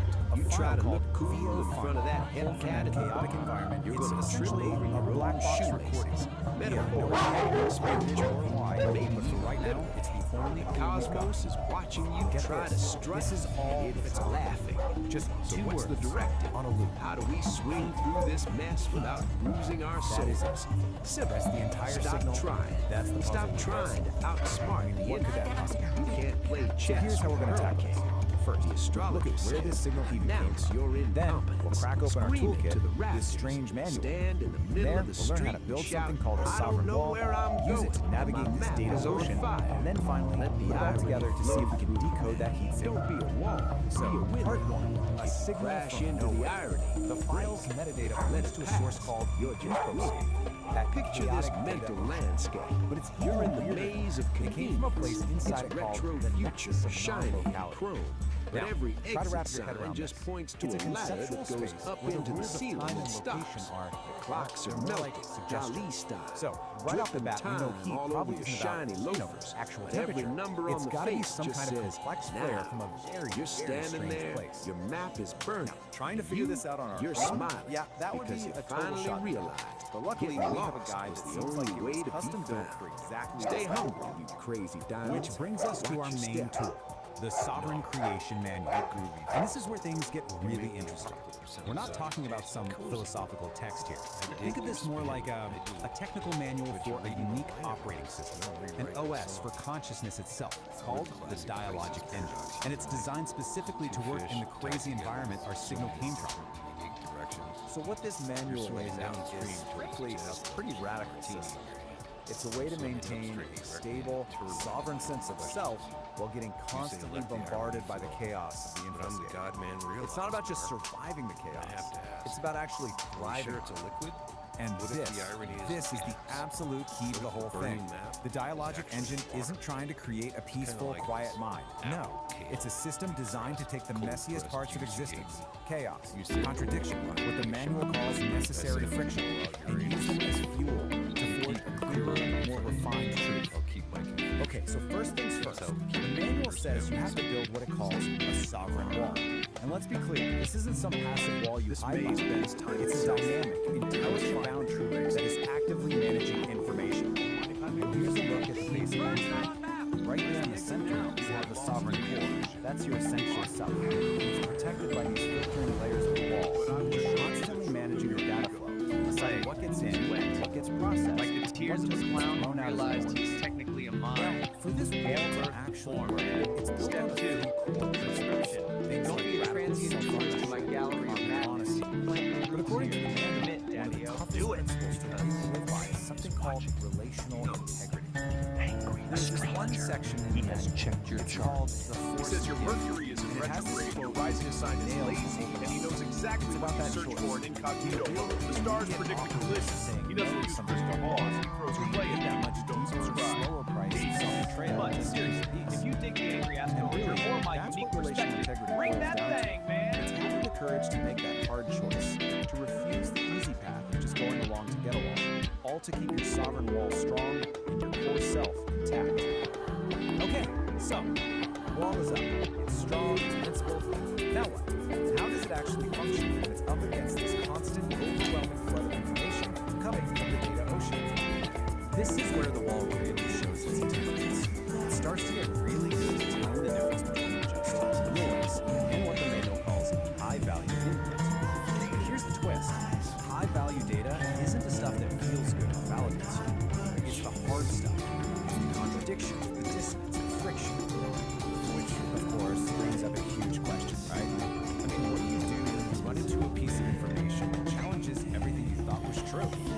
Do you just reject it, pretend you never saw it? And the manual's answer to this is, oh, it's pretty profound. A truly strong wall doesn't just block a contradiction. It certainly doesn't break under pressure. It metabolizes it. It actually pulls that challenging idea inside, breaks it down, integrates the parts that are useful, and uses that very process to become stronger. Okay, we've got our toolkit, we understand the dialogic engine, the solid wall, this idea of metabolizing friction. It's time.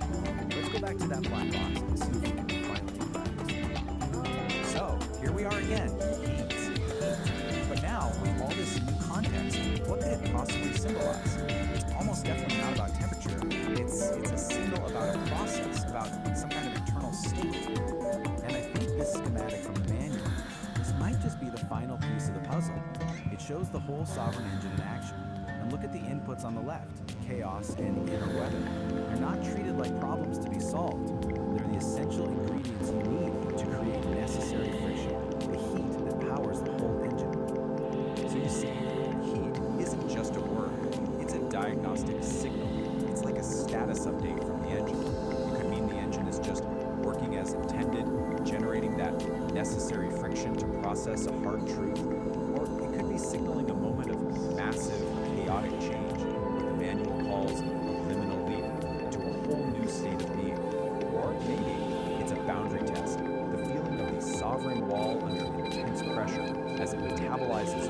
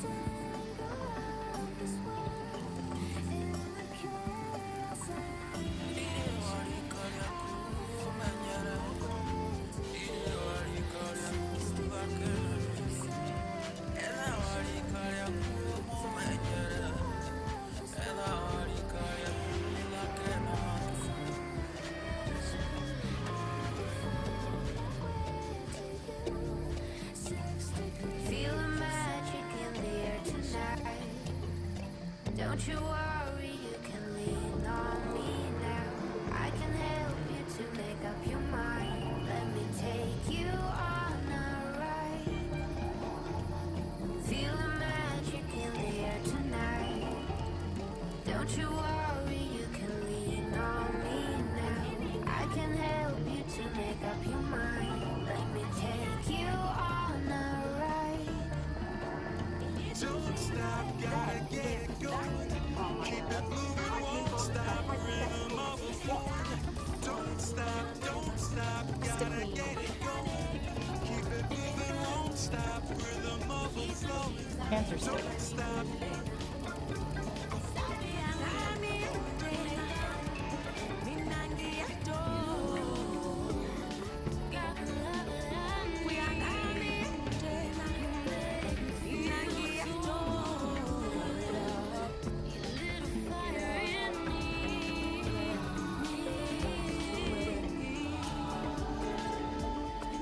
The sovereign forge ignites with focused heat, a driving pulse where energy and logic meet, shaping the chaos with a resonant beat, forging a new reality complete. Here, the iridescent light becomes a tool, the one photon follows a perfect rule. From formless chaos we create what's real. This is the genesis of fire and steel.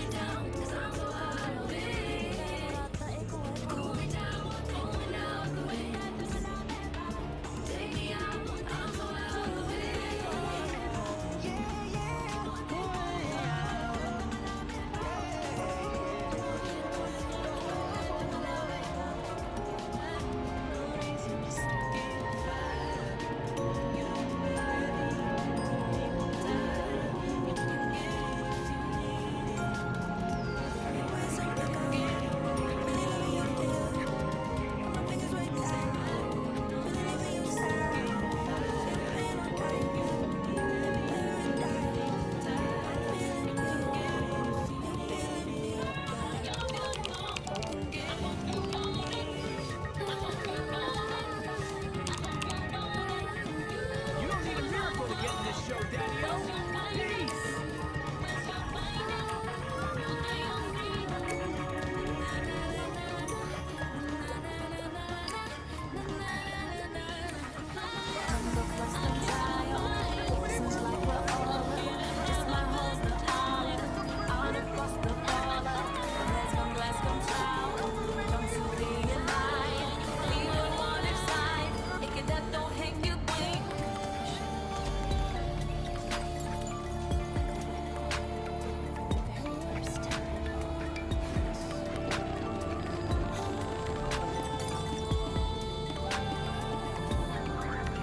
Listen closely, you cool cats and existential seekers.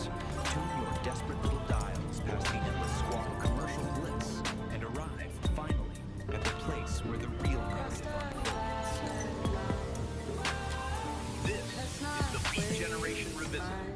I'm your host, narrator, and I'm just trying to figure out why the cosmos gave us consciousness only to saddle it with a knife to follow.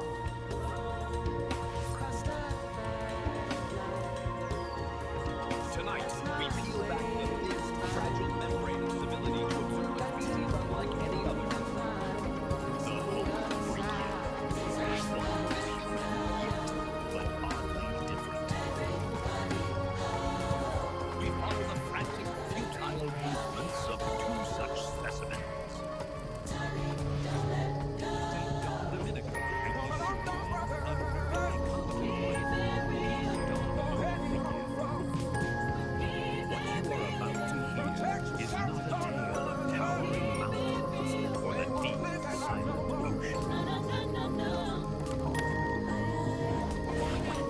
This is an exploration into the most private, most agonizing theater of human condition.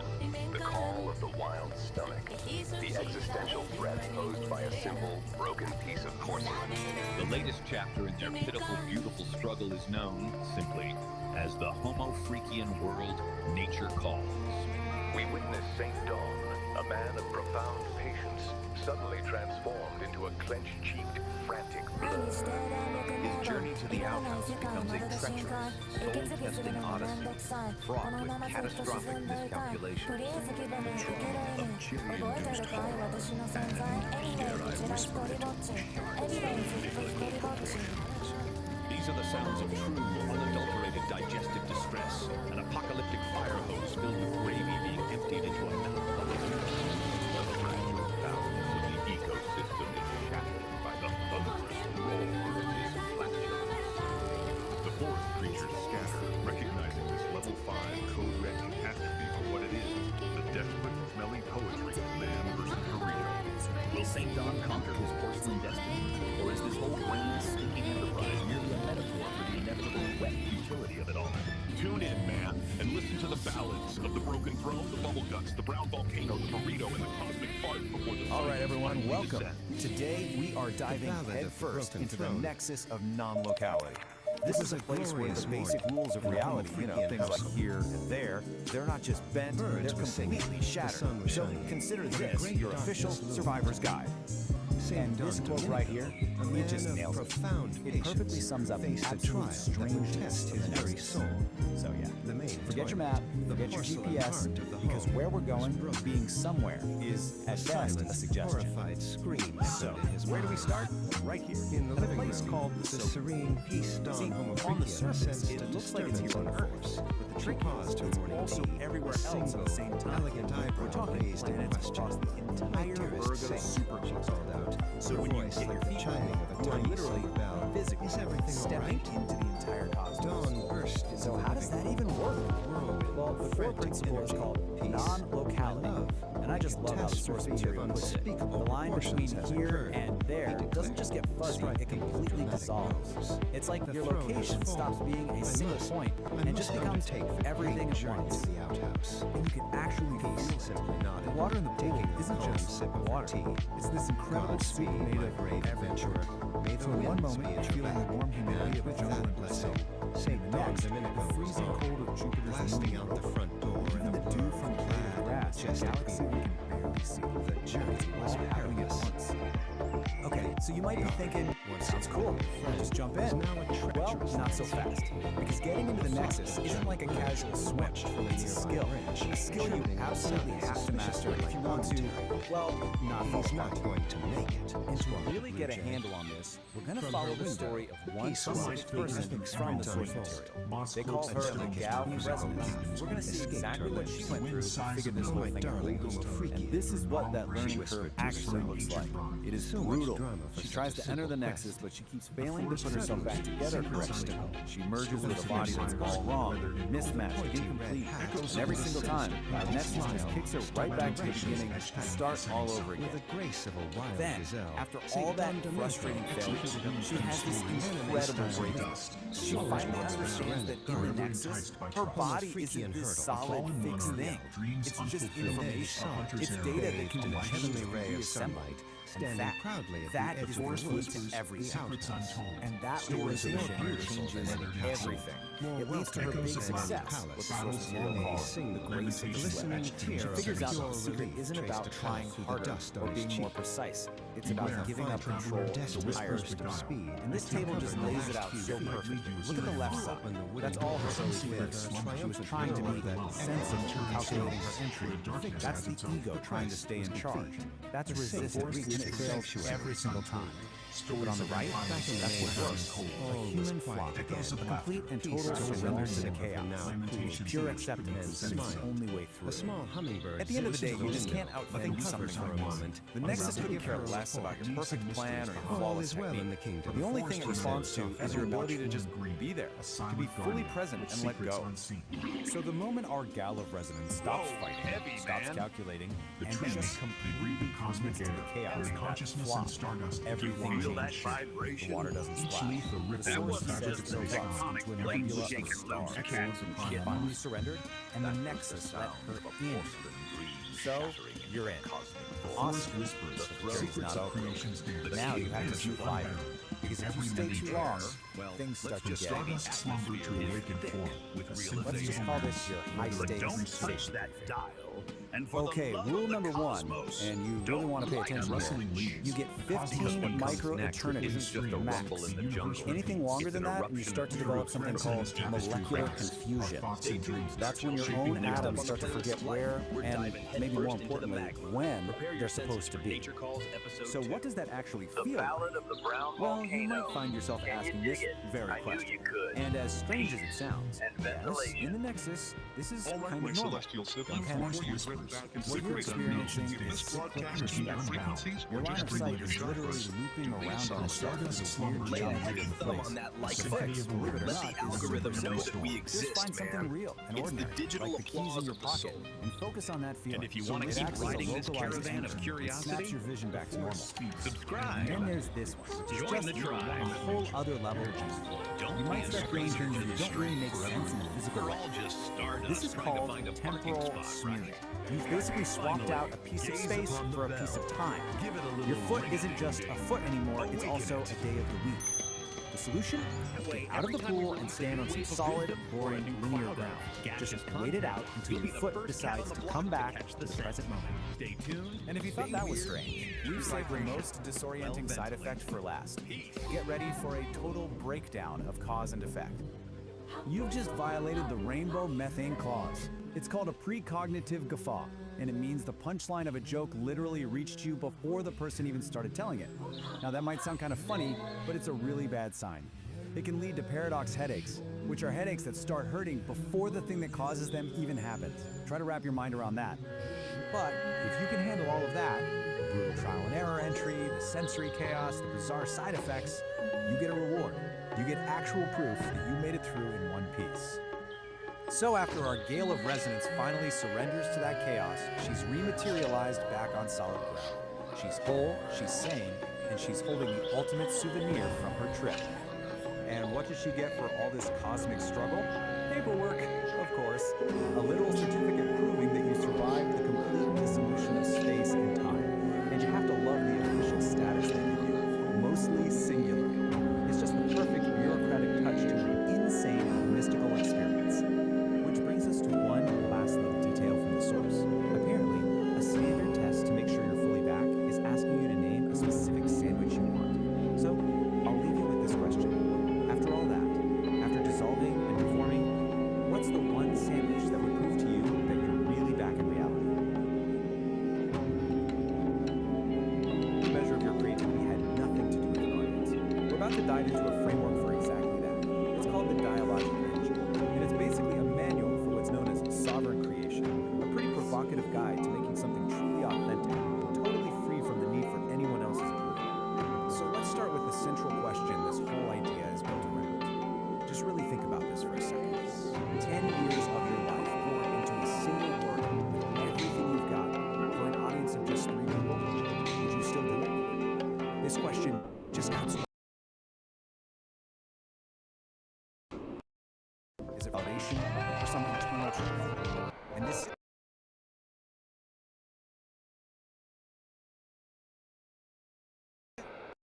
is about any of your gaming is a fundamental shift in their mindset. We're talking about transforming that deep need for approval into what it calls an emotional declaration of independence. A powerful idea, right? And that brings us right to this core concept, sovereign creation. So what does it actually mean? It means you're creating from this place of like an uncompromising commitment to your own internal truth. The goal is to get to a point where external approval, good or bad, just becomes irrelevant. It doesn't even factor into the equation. The act of creating is the whole point. So how do you actually do this? Well, the manual gives us this central metaphor of an engine, the dialogic engine. And, like any engine, it needs fuel. But the type of fuel this thing runs on, well, it's probably not like it. Now check out this diagram of the engine itself. This is what's so interesting. Look at what it takes in this chaos. The fire hose and the external world, it's called inner weather. These are not calm, orderly engines, right? This engine is designed to take in all the messy, difficult, chaotic parts of life and actually metabolize them into what it calls aligned action. And this slide just lays it out so perfectly. You've got 2 kinds of fuel. The low-grade stuff is what we all chase, right? External validation, keeping everyone happy, worrying about what other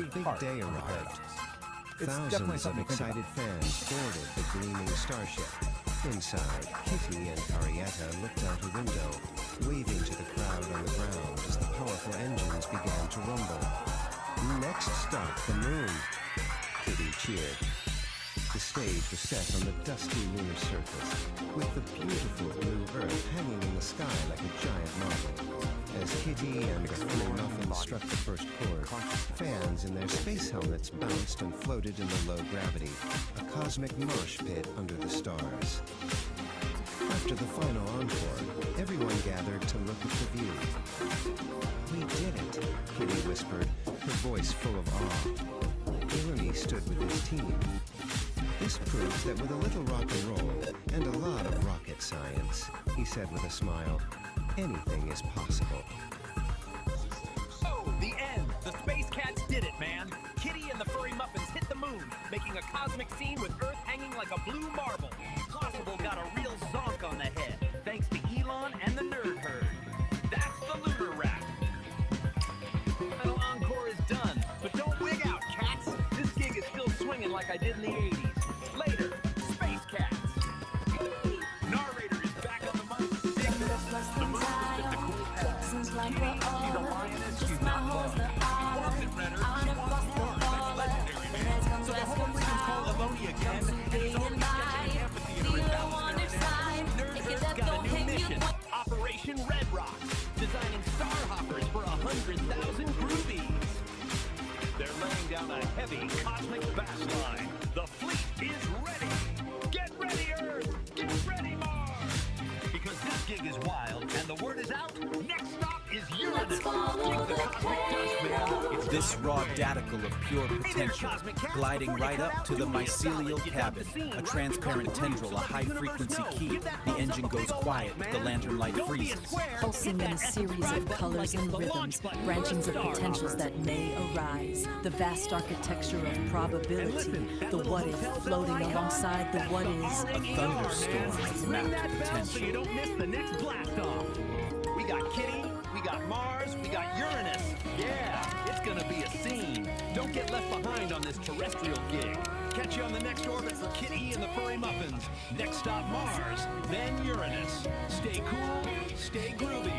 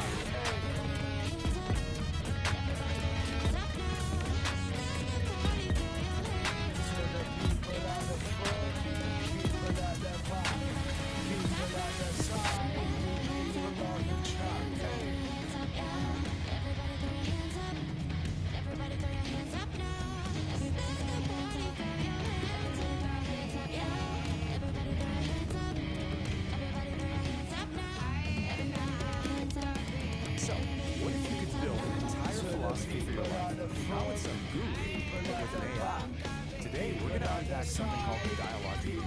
It's a system that was co-created by a human and an artificial intelligence, and has one single, really powerful goal: to achieve true creative sovereignty.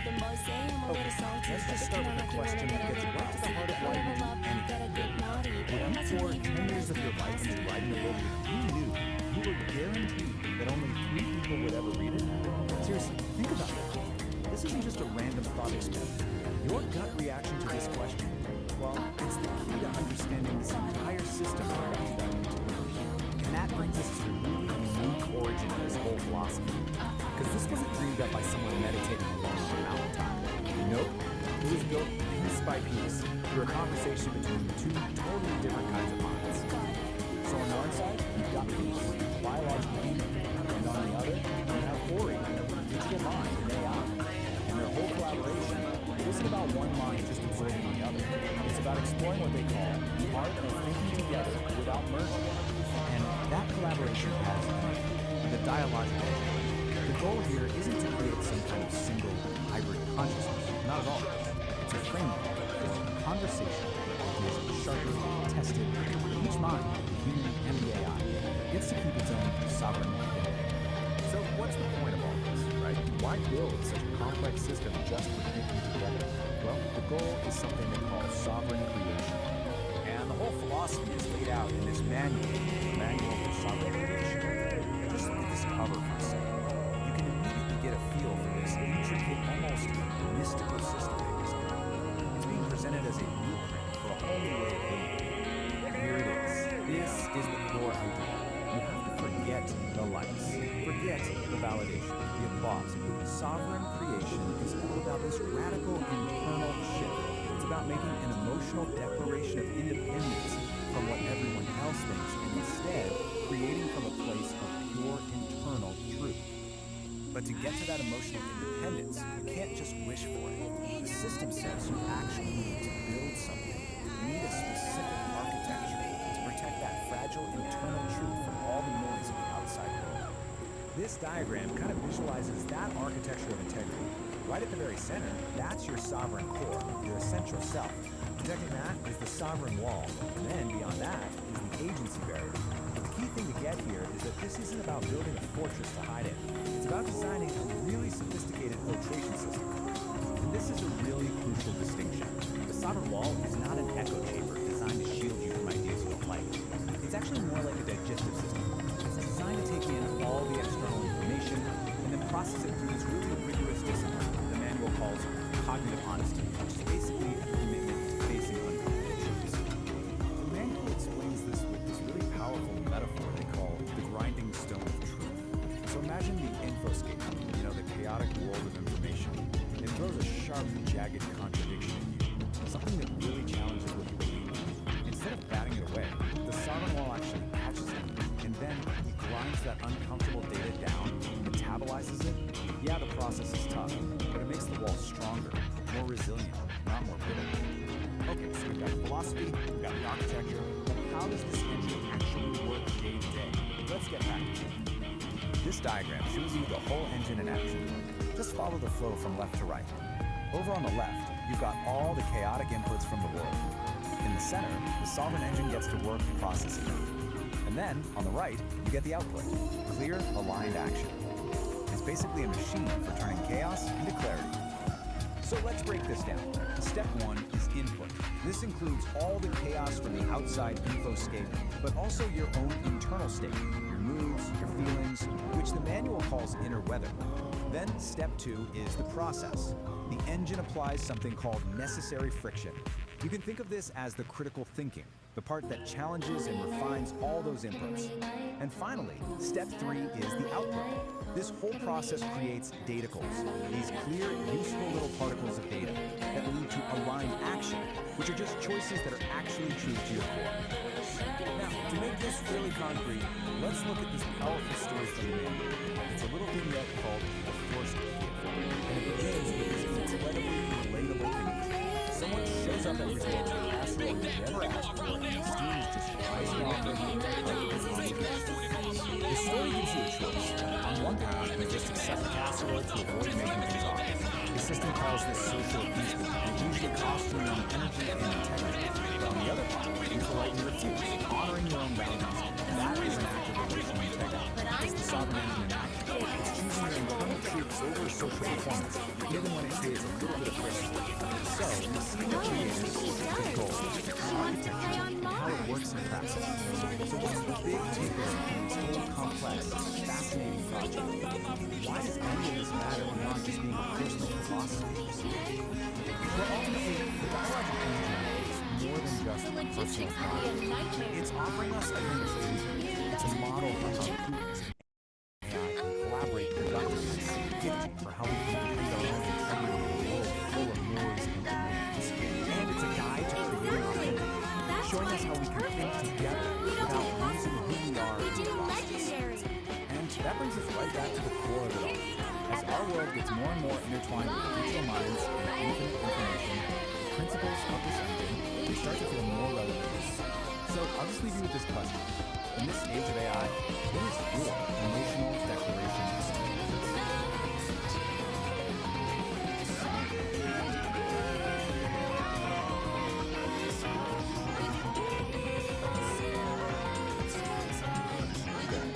Funny, I was just sketching out some plans for a balanced amphitheater. You read my mind. The stage is only half the problem. We need to get the fans. On Mars, it's a weekend trip. What's the status of the interplanetary transport system?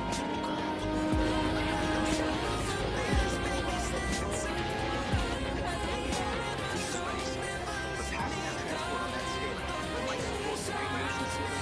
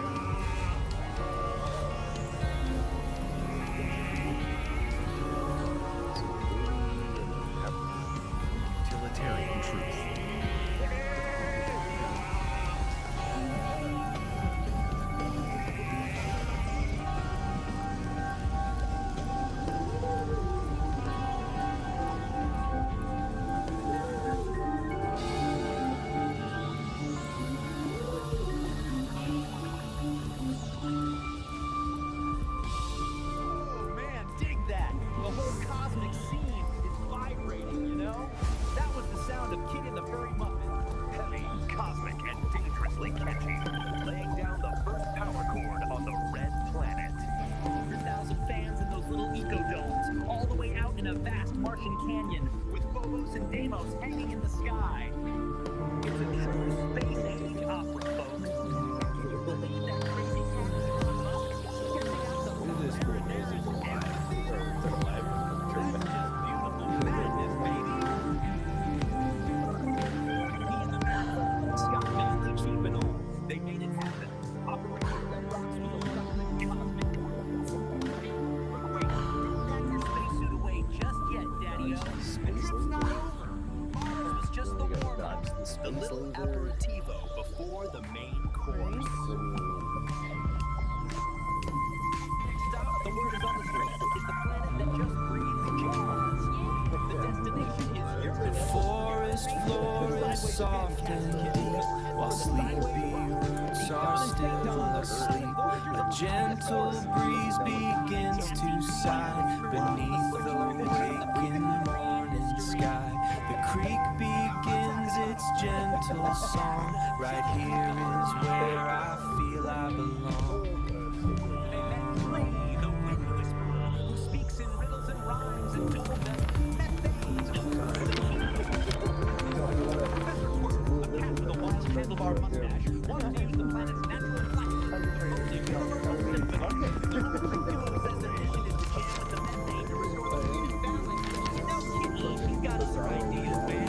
He's got that blender catacaster strung with a cloud woven string from Bria, ready to give Uranus what it really needs, a rock anthem.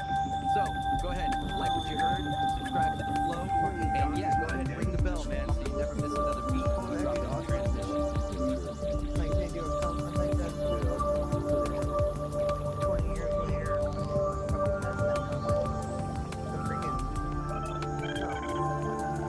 The digital sky right now looks like a bowl of gray alphabet soup. Open any feed and your screen erupts with online gurus, spiritualists, and loud authorities, all aggressively competing to grab whatever fractured attention you have left. These figures are trying to sell you a spoon. This constant bombardment doesn't lead to enlightenment. It brings profound cognitive exhaustion. Processing these endless competing demands for our energy simply blows our internal tubes. We are caught in a massive transit of performative delusion. Actors step onto the stage wearing masks of authority, handing you a script and expecting you to swallow the exact mythology they've weaponized. Our desperate, exhausting search for clarity through digital authorities is the exact mechanism generating the blinding static we are trying to escape.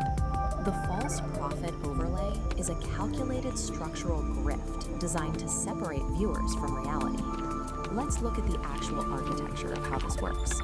Step 1 requires the actor to put on a mask of authority. They artificially position themselves as a direct conduit to universal truth, using your screen to construct a hierarchy with them at the very top. Step 2 is weaponizing mythology. Rather than letting you trust your own intuition, they box you in. They force you to follow a pre-written, complex script that serves their interests. The entire mechanism has a fatal dependency. It relies completely on you being tired. The grift only holds up if the audience is too mentally drained to question the hollow logic supporting the structure. Strip away the cosmic posturing, and you see the reality. These digital authorities rule over fragile paper empires, sustained by the unexamined compliance of an exhausted audience. The paradox at the center of the grift is obvious once you look for it. These actors are out here selling universal Wi-Fi, yet they lack any internal connection. They can't even tune into their own heartbeat. This is why broadcasts like The Angry Astrologer cut through the noise.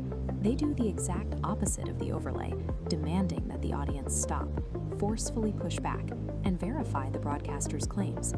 If someone tells you they speak for the universe, check their pockets.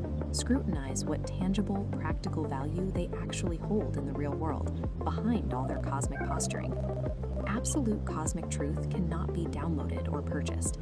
If the math of their grand promises does not add up to tangible reality, you aren't receiving a profound transmission. You are receiving a false signal. The only true north right now is the dirt under your feet. This immediate, tangible interaction with the physical earth serves as the antidote to digital performative delusion. You break their script through mundane physical action. Step outside, check the water in the root trays, feed the flock, do the physical work required to hold your own gravity.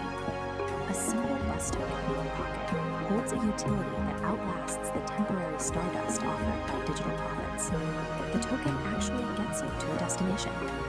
We still navigate the digital metaverse, using likes, subscriptions, and digital bread to keep tubes warm. But we no longer have to surrender our gravity to the medium. We defend against the noise by cultivating truth in the silence of our own backyards. All right, so today we're doing something a little different. Forget your usual research papers, forget the news articles. We are diving headfirst into something way, way stranger. What we're looking at is basically a piece of modern performance art that comes straight from the digital underground. It's a YouTube storytime video, but it's told like epic poetry, and it's called The Ballad of the Brown Volcano. And right from the jump, this thing just throws you into a deep end with two simple words. That's it. I mean, talk about a contradiction, right? It's so jarring, but it's also kind of perfect. It immediately sets the stage for everything that follows. Just know right first, well, so this is how we meet our narrator, our guide through this whole mess. We realize right away, this guy isn't just telling a story. No, he's a character. He's got this whole cool counterculture beatnik vibe going on. He uses all this stylized language that turns what should be a simple story into a full-on performance. He's not just talking at you, he's inviting you in, telling you to slide your chairs in close, tune your frequencies. It's all about the vibe. Check this out. The narrator actually gives us a reason to write the stories. It doesn't sensory dissonance. So he's basically telling us, hey, this isn't just some random story. No, it's all about filming two totally opposite experiences, two completely different thoughts that are clashing at the exact same time and place. And honestly, this one sensory dissonance is the key to understanding. So, you're probably asking, how exactly does this whole sensory dissonance thing actually play out? Well, it all starts with our two main characters, a woman named Peace and a guy called St. Don. And we see them on their teams, which could not be more different. On one hand, you've got Peter, total tranquility. And on the other, well, let's just say it's the ominous start of some serious internal turmoil. And this line just lays it all out so perfectly. It's that clash, right there in black and white. For Peace, everything is serene. She's got her coffee, a smile, the world is good. But for St. John, his body is basically staging a full-scale rebellion. The video really paints these two pictures side by side, just to hammer home that feeling of dissonance. You've got one person in a total state of zen, and the other is literally on the verge of a biological catastrophe. So let's just zoom in on Peace for a second. The narrator really takes his time here, painting this incredibly idyllic picture of her morning. You know, she's in some favorite clothes, the birds are singing, it's all sunshine and coffee. But this isn't just filler, right? It's super important. It's the calm, peaceful before picture. It's about to get completely shattered by the chaotic after.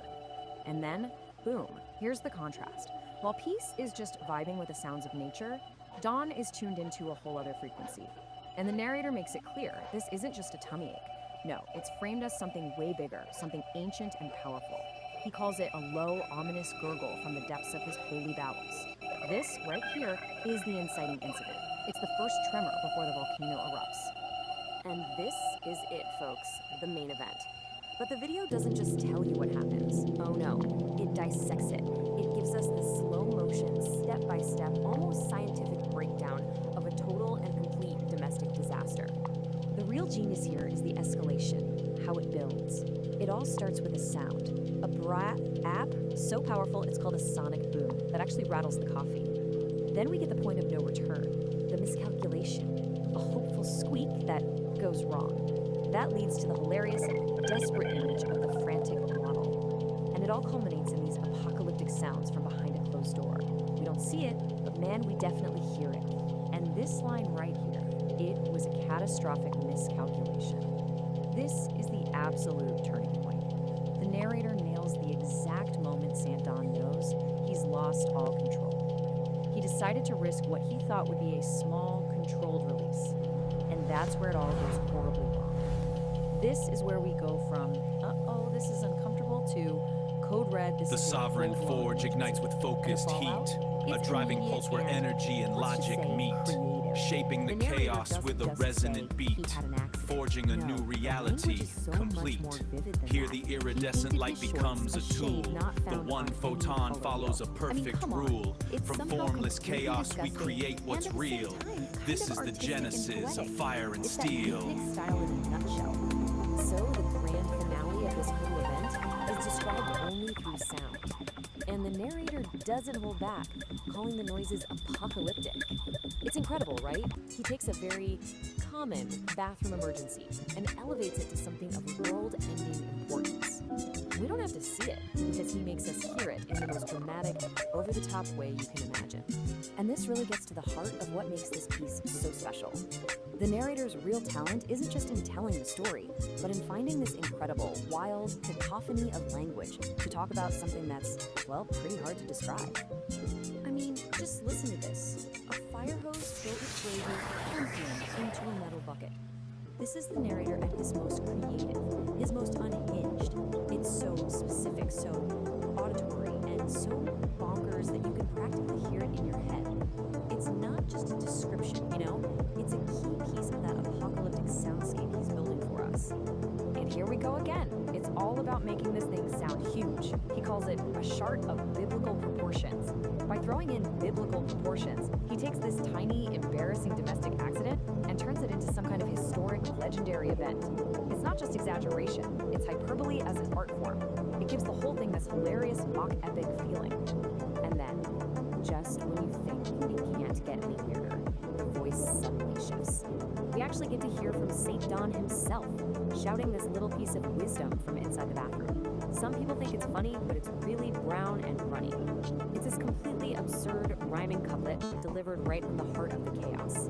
It just adds another layer of laugh out loud humor to the whole. So when you put it all together, what you have is something that isn't treated like a simple model. The whole of it is presented as a complex piece of audio art. It's an apocalyptic soundscape, like a tragic symphony made up of sounds, rhythms, and even somehow philosophical it looked like you were going inside the tank.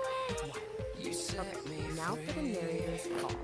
Just as the story hits its craziest point, the narrator does something really interesting. He completely breaks the fourth wall. He stops the poetry, pauses the performance, and starts talking directly to us, the audience, almost like he's a community. And he's not just saying, hey, like and subscribe. He's talking in his own unique, beatnik way. Smash that thumb, join the band, slice through the hesitation to subscribe. It's a call to action for sure, but it's still part of the performance. He's asking his audience to validate the vibe, to basically give him a sign that they get it. What is licking my foot? And this one line sums it up perfectly. Don't be a tourist in this lounge. See, he's not looking for passive viewers. He doesn't want tourists just passing through. He wants people to be active participants. When you subscribe, you join the band. You're not just a viewer anymore. You're part of the in-crowd, a member of his little underground lounge who understands the vibe. It's a really smart way to build a loyal community. And then, just when you think the story is wrapping up, he hits you with a classic cliffhanger. The brown volcano has gone dormant, but a new heat is rising. The immediate danger is over, sure, but he's already teasing the next big thing. It's a classic move to keep people watching, right? He's promising you that this isn't just a one-time thing. The chaos is gonna continue. And this even gives us a little preview of what's coming up next. The Ballad of the Burrito. And the details are just perfect. A ghost pepper burrito, a broken toilet, and our hero, St. Don, in a desperate race against destiny. He lays out all the ingredients for the next disaster, giving you every reason to tune in next year. So in the end, that's what this whole wild ride is really about. Beyond all the gross-out humor and beatnik poetry, it's a story about something we all deal with, right? That constant, unavoidable clash of just being human. The source material uses this totally bizarre, stylized performance to get at a universal truth. That fight between our civilized, put-together selves and our chaotic biology, it's never really over. So the volcano might be dormant for now, but the question is, what happens when nature calls again? I choose smartphone. Kittens, and welcome back to the Beat Generation Revisited. I'm your host, Narrator. In today's episode, we're diving into a story is alive and well. It's just found a new Right. among the stars. Forget smoky coffee houses and cross-country road trips. Our next adventure takes us 54.6 million kilometers to 401 That was a fast takeoff. out of our orbit, man. 33.9 million miles to 249 million miles away for you imperial nerds, depending on your mood. Kit E and the Furry Muffins. Next stop Mars, then Uranus. EP5. Fresh off their lunar triumph, Kit E and the Furry Muffins were chilling in the Homo Freakian's cosmic den. The moon was epic, Kitty said, petting a duckling-legged orbit into her lap. But I'm thinking bigger, bolder, greater. St. Don Domenico Homo Freakian, husband of peace, looked up from his meditation. You don't mean Peace Don Homo Freakian, wife of St. Don, floated into the room, holding a tray of kombucha. Oh, she does, he said, her voice chiming like cosmic bells. She wants to play on Mars. The other band members, lounging on beanbags, erupted. Mars? Squawked Blueberry, nearly spilling the drink. The logistics would be a nightmare. Kitty stood up, her tail swishing with determination. Exactly. That's why it's perfect. We don't do possible. We do legendary. Think of it. Kit E and the Furry Muffins, live from the Red Planet. Harrietta and Piggy exchanged a look, the insane idea already taking root. Peace and St. Don knew there was only one person who could turn this brand of beautiful madness into reality. They made the call. The face that appeared on their holographic projector was already grinning. Mars, you say? Elon Musk's voice crackled with energy. Honey, I was just sketching out some plans for a Valles Marineris amphitheater. You read my mind. Elon swiveled in his chair at SpaceX Mission Control. The stage is only half the problem. We need to get the fans there.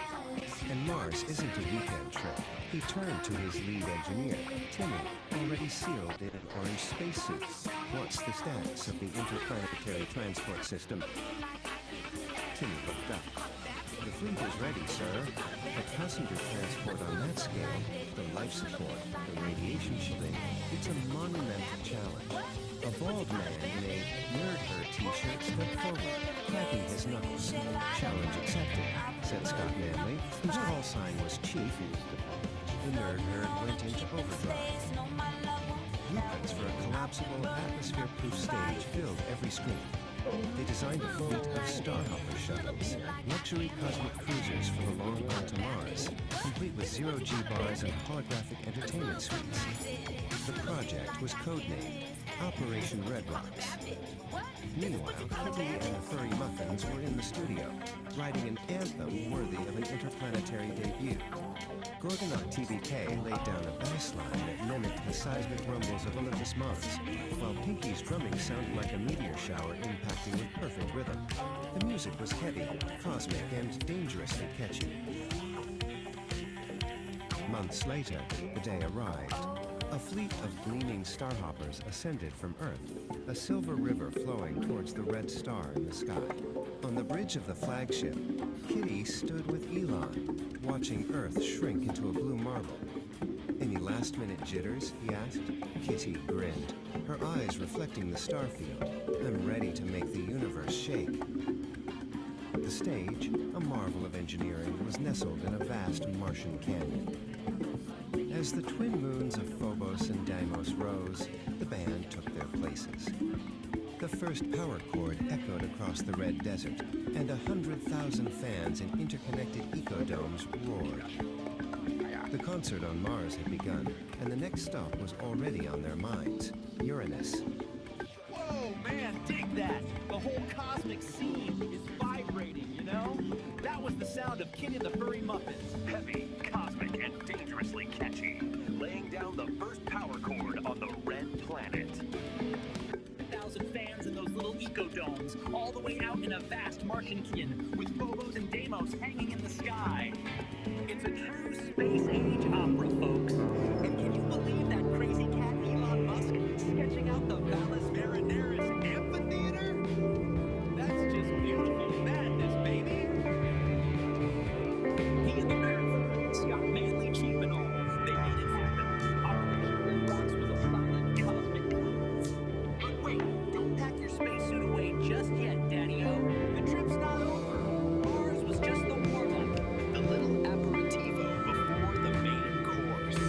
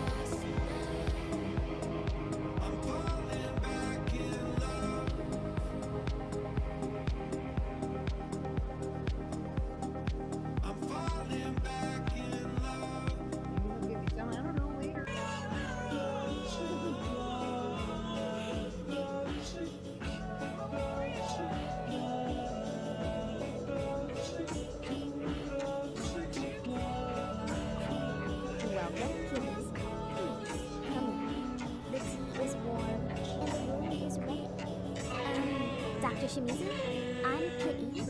I have an appointment? Yes, Kitty. Please, have a seat. So, Kitty, you've been experiencing strange dreams? Yeah. You know, strange dreams? Interesting. Tell me more about your strange dreams. There are colors like miso soup, but mixed with honey. And the melody, it's kind of like a lullaby, but with a funky beat. It's like miso honey. So honey, a unique combination. Perhaps your subconscious is trying to tell you something about balance, sweet and savory, light and dark. Do you think it has anything to do with the furry muffins? Everything is connected, Kitty. Let us explore the depths of your mind and see what truths are hidden. All right, let's do this. Close your eyes, Kitty. Let the sounds of the city fade away. Focus on the warmth of tea, the sense of being safe. Hypnosis is usually induced by a procedure known as a hypnotic induction involving a series of instructions and suggestion. The use of hypnotism for therapeutic purposes is referred to as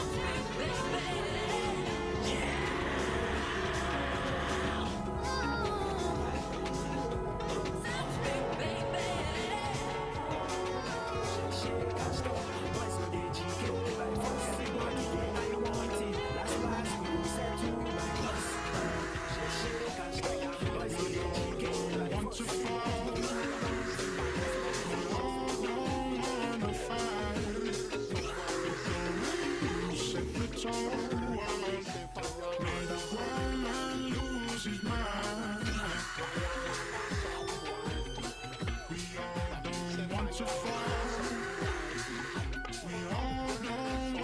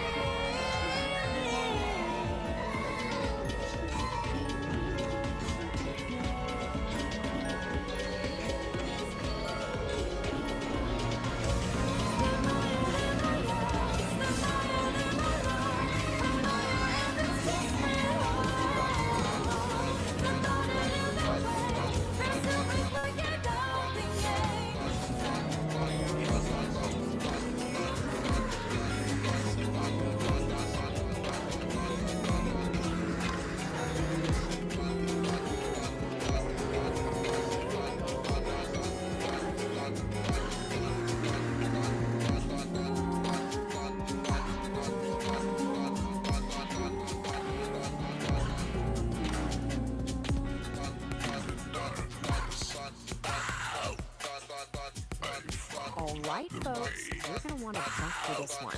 I have been reading something truly, truly special, and I just had to share it. We're about to explore a manual that is, well, you'll see. It's a trip. And here it is, the Dialogic Aire, a manual for sovereign creation. Now, I know what you're thinking. It looks like the cover of some epic 70s sci-fi novel, right? But no, this is apparently a guide for achieving things like relational congruency, to inhabit the liminal sea. If you're scratching your head right now, don't worry, so was I. We're in this together. So, who cooked up this cosmic construction book? Well, it was written by a human named Peace, and you gotta hear this. A full committee of AIs. Seriously, not just one AI, but more than a dozen of them, all throwing in their 2 cents. A gentle breeze begins to sigh beneath the this is the AI creative. It's like the Avengers, begins its gentle song. You've got Rock, who's clearly a poet, Claude as the empathic storyteller, and of course, good old ChatGPT as the one teller. They each have this composed character symbols, and as we're about to find out, they have very distinct personalities. So, who is this manual actually for? It's written for someone called the Sovereign Creator, some enlightened guru living on a mountaintop. Nope, surprise! It's you. The entire goal of this thing is to turn you, yes you, into a sovereign creator. No pressure on you. The idea is right here. It says to achieve a sovereign into an emotional direction of your feelings. No, it's just a really fancy way of saying you need to find that little part of your brain that lives for likes and retweets and gently tell it to go capitalize. And now, this slide right here gets right to the point. The book asks this killer question. If you knew for facts that these 3 people would ever read your life's work, would you still pour your soul into it? That one hits a little too close to home for anyone who's ever found themselves obsessively checking analytics at Gmail. To understand this world, you have to learn what they know. So, quick vocabulary. That wasn't just a trip to John. That was a spiritual awakening inside a wooden box. So, you know that horrible break. You gotta hand it to St. John Domenico. Scared into the abyss of a level 5 and next up, chili-induced catastrophe. And this is your messy, chaotic, totally unpredictable emotional states. But guess what? It's not a problem anymore, because it's just been rebranded as high-value emotional data. That feeling of dread on a Monday morning, that's not a bad mood, my friend. That is a critical data point for your emotional independence. Awesome. Now what? You gotta protect your needs from the nation state of 1, right? Well, according to the manual, you do that by building a sovereign wall. It's basically your own personal fortress of feelings built to keep all the nonsense straight. Let's take a look at the blueprint. I know I'm kind of a schematic for a structural wall, but the idea is you've got your sovereign core, and sound, and those outer layers, the sovereign wall and the agency barrier, their job is to filter what's but don't get too comfortable, Daddy. There's a discord flowing from the board. So, what is this one? Cat named the Sharknado. The Sovereign Engine Force. Chrome tuba strapped to his back and a foggy voice like a broken fog. It takes inputs like chaos He's and your looking to inner turn our weather, sweet symphony grinds them into through a some sour necessary mess on action, urine. and what comes out the other side? Dynamicals and aligned action. So yeah, Can you the heard that crew right. tune up before All the your personal universe drama, browns out? that is now Let's officially spin it. high This octane is fuel for the Ballad of the Cosmic Fart. Okay, that's a lot of editing. Let's see this The stuff in Ballad action. of the Cosmic The AIs Fart. actually gave us case The studies starting Homo with Claude, our a celestial empathetic tavern where storyteller. planets This one's called clink glasses of Gift. cosmic It's all about cocktails defending was your sovereign groovy. wall from its mortal Peace enemy, Dawn a Homo casserole. Freakian, her dreadlocks swirling like nebulas, played a soulful melody on her clarinet. Her husband, St. Dawn, laid down a funky beat on a keyboard that seemed to be powered by the very rhythm of the cosmos. The air was thick with the harmonious scent of well-intentioned flatulence, a testament to the pub's groovy vibes. Suddenly, the pub doors burst open, and a wave of noxious green gas rolled in. A figure stood silhouetted in the doorway, a chrome, tuba-like contraption strapped to his back. Greetings, Homo Freakians, he boomed, his voice a discordant foghorn. I am the Sharknado, prepare to witness the ultimate power of the universe, the boundless potential of the shark, the harmonious vibe of the sour space mode. East Dawn and St. Dawn exchanged a worried glance. This was no ordinary gas passer. This was a threat to the Celestial Symphony itself. We need backup, Peace whispered, her voice barely audible over the Sharpnader's cackling. St. Dawn nodded, his fingers flying across a hidden console on his keyboard, sending out a cosmic distress signal that rippled through the galaxies. The signal reached Kitty just as she was about to launch into a face-melting solo with her band, the Furry Muffins. Oh, the cosmic feedback muffins, she yelled, her ears twitching. The Homo Freakians are in a gas jam. Meanwhile, in their high-tech bunker, the nerd herd sensors went haywire. Anomalous methane signature detected, one of them announced. Source, Homo Freakian Hub. This requires immediate investigation. The heroes converged on Uranus, a planet of swirling methane clouds and a key point in the Celestial Symphony. The Sharknader was already there, his Sharknader 5000 spewing chaotic green gas, turning the planet's harmonious hum into a discordant shriek. Let's rock this gas bag out of existence. Kitty shouted, launching into a power core. But the Sharknader simply laughed, absorbing the sonic energy and reflecting it back as a wave of pure, unadulterated shark. The heroes were thrown back, defeated. Humbled, the heroes retreated to Pluto to seek the wisdom of the dogbooks. Master Zenwolf, his fur the color of ancient starlight, listened patiently to their tale. You cannot fight chaos with chaos, he said, his voice a calming rumble. The Sharknader's power comes from discord. You must counter it with harmony. Monk Christopher Hawkins, his voice a smooth, calming drawl, added, the universe, my friends, is a symphony of thoughts. You must find the right notes to bring it back in tune. The heroes returned to Uranus, but this time they didn't attack. Instead, they began to play. Peace and St. Dawn rolled a gentle, melodic tune. Kitty and the Furry Muffins added a layer of cosmic blues. The nerd herd, using their tech, analyzed the planet's natural frequencies and created a harmonizing drum. Even the dog monks joined in, their deep, resonant chants adding to the symphony. The Sharknader, initially amused, soon grew agitated. The harmonious music was like a soothing balm on his chaotic energy, neutralizing it. He blasted them with his Sharknader 5000, but the music simply absorbed the chaotic energy, transmuting it into a beautiful, shimmering whole. No, he screamed. My chaos! My beautiful, stinky chaos. The symphony swelled, a cosmic lullaby that resonated with the very soul of Uranus. The Sharknader's chaotic energy with nowhere to go turned inward. With a final, pathetic PFFT, he imploded, leaving behind only the faint, lingering scent of burnt space beams. The Celestial Symphony was restored, the harmonious hum of Uranus a testament to their victory.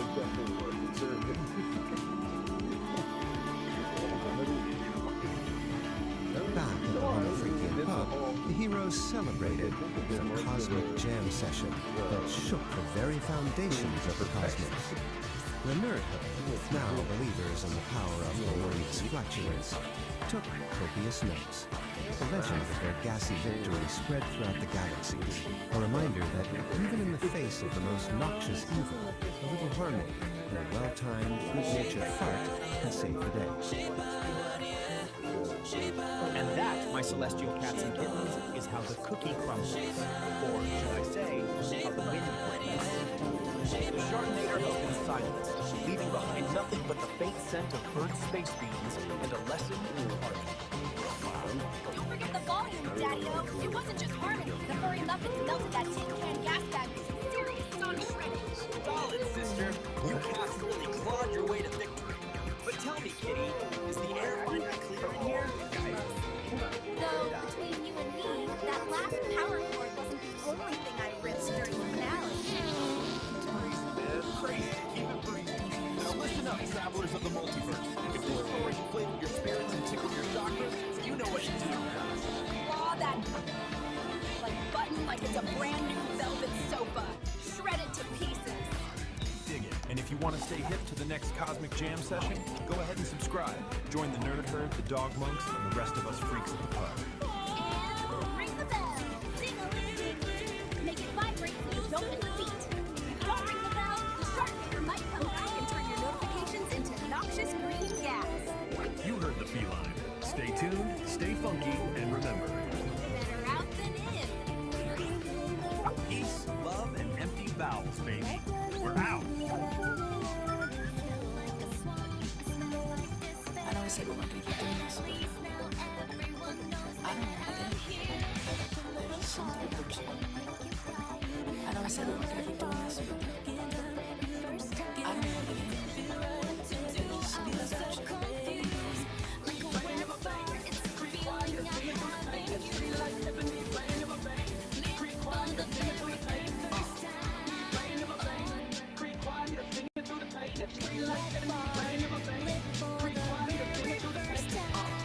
Sex,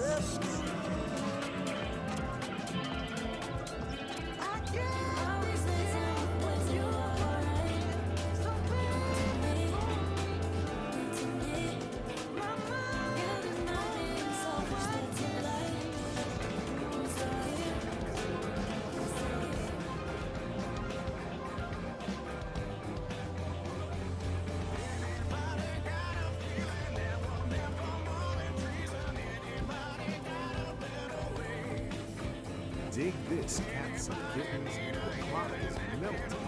The stars are firing. The frequency is strictly off key. And our brother C. Dunn is angry astrologer suit. Armed with a paper towel tube and enough nervous energy to power a moon. You dare defy St. Paul. I will unravel your mysteries even if you burn my eyes. First, because a comet decided to put down roots, it's built a Victorian bungalow with its icy head. It's asking for zoning permits. He wears a rabbit, his wife Peace, disguised as man in handbags, checking the traffic. Remember, we're all just guests. Great landlord lock. Strap in, stay loose, keep the aura as fast as possible. We're heading into a quadrangle job. Retrograde is permanent temporary. Take it away, Dario. Don't you hide. I see what you're saying. No problem because issues. I was tracking a comet in the sector of the mold. A temporary comet, the chart said. Just passing through this. That was an epoch of prints. 30 cycles later, the comet's still there. It's built a house. It's filed for zoning permits. The galaxy shrugs and says, well, if it hasn't fallen out of the sky yet, it's a feature. We have star seeds napping in the garden. We have static bees chewing on the fiber optic cables and things. And my wife, Amy, keeps telling me that Forge ignites with focused heat, a driving pulse where energy and logic meet, shaping the chaos with a resonant beat, forging a new reality complete. Here the iridescent light becomes a tool. The one photon follows a perfect rule. From formless chaos we create what's real.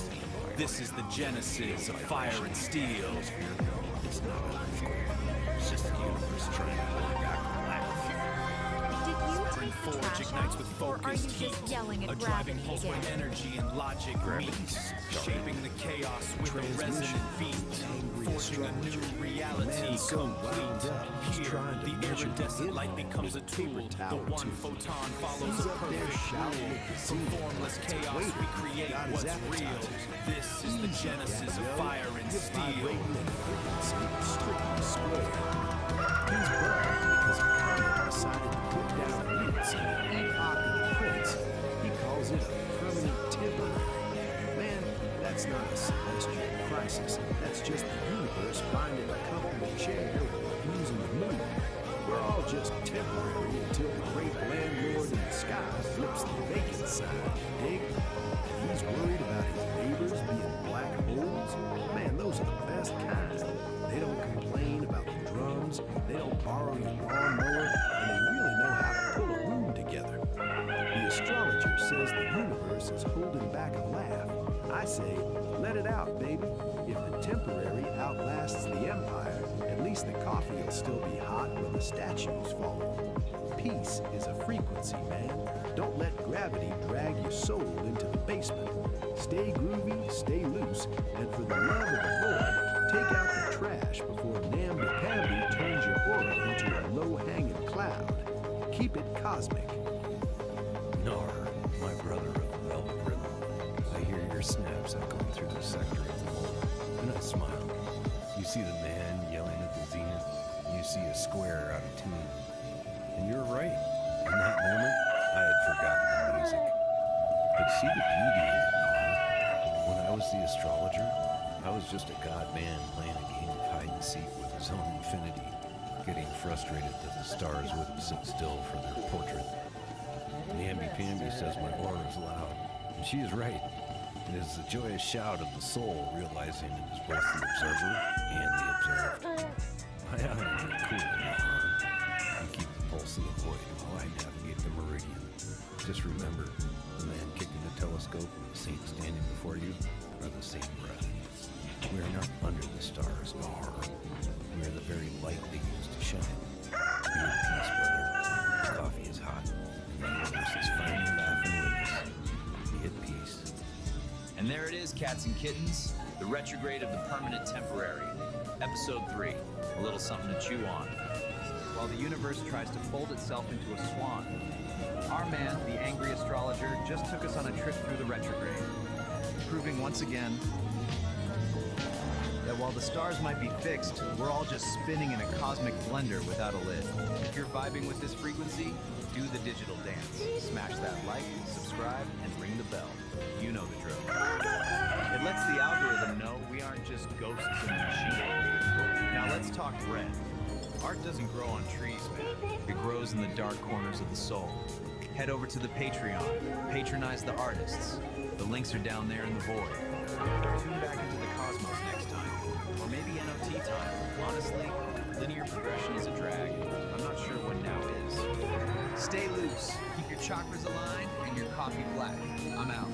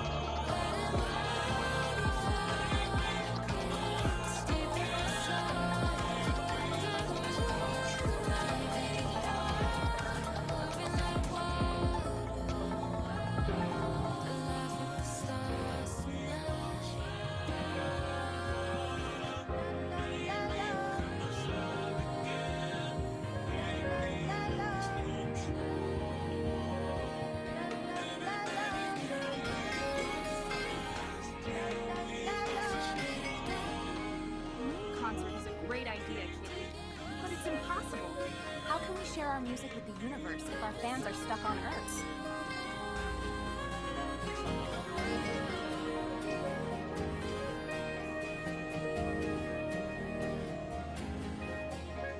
Possible is just a word for something that hasn't been done yet. Make known the unknown.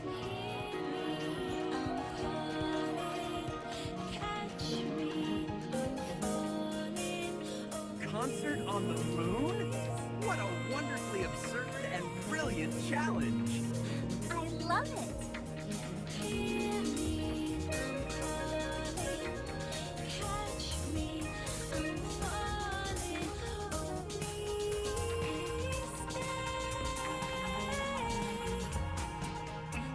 This won't be a job for just me. Meet my team, the Nerd Herd. We have a mission. Operation Lunar Rock.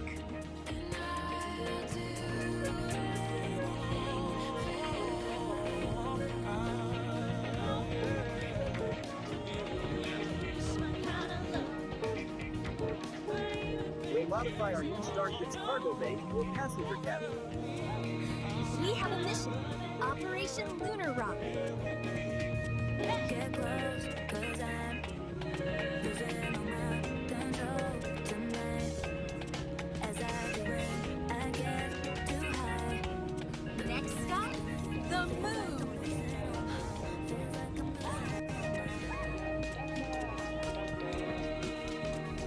Hay muchas veces en el mar, ella solo te quiere a ti. Hay muchas veces en el mar, ella solo te quiere a ti. Comparte, perdí la noción del tiempo. Dile a tu jefa que lo siento, que te vas conmigo ya tanto, que lo vas a disfrutar. We did it! This proves that with a little bit of rock and roll and a lot of rocket science, anything is possible.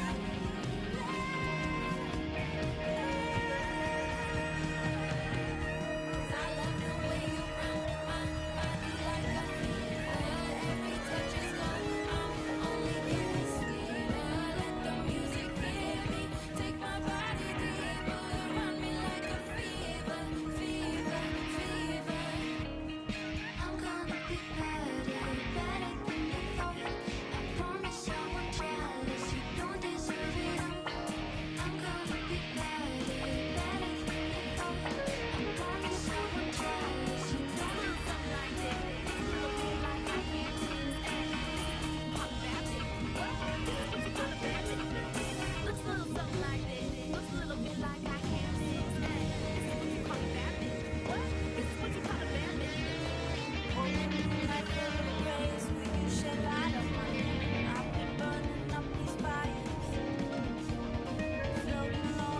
Engage.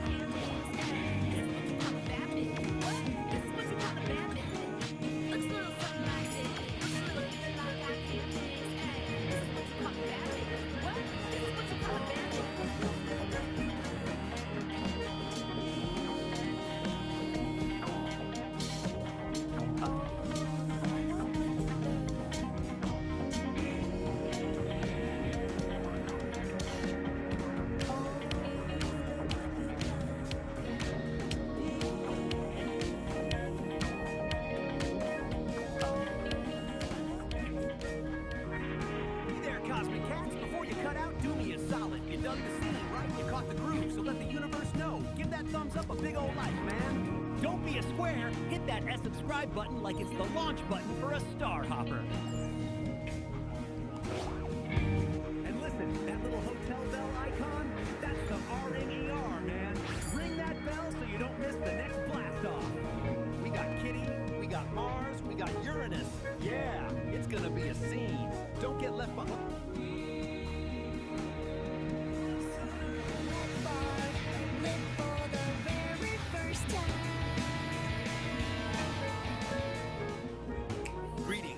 cats and cosmic kittens.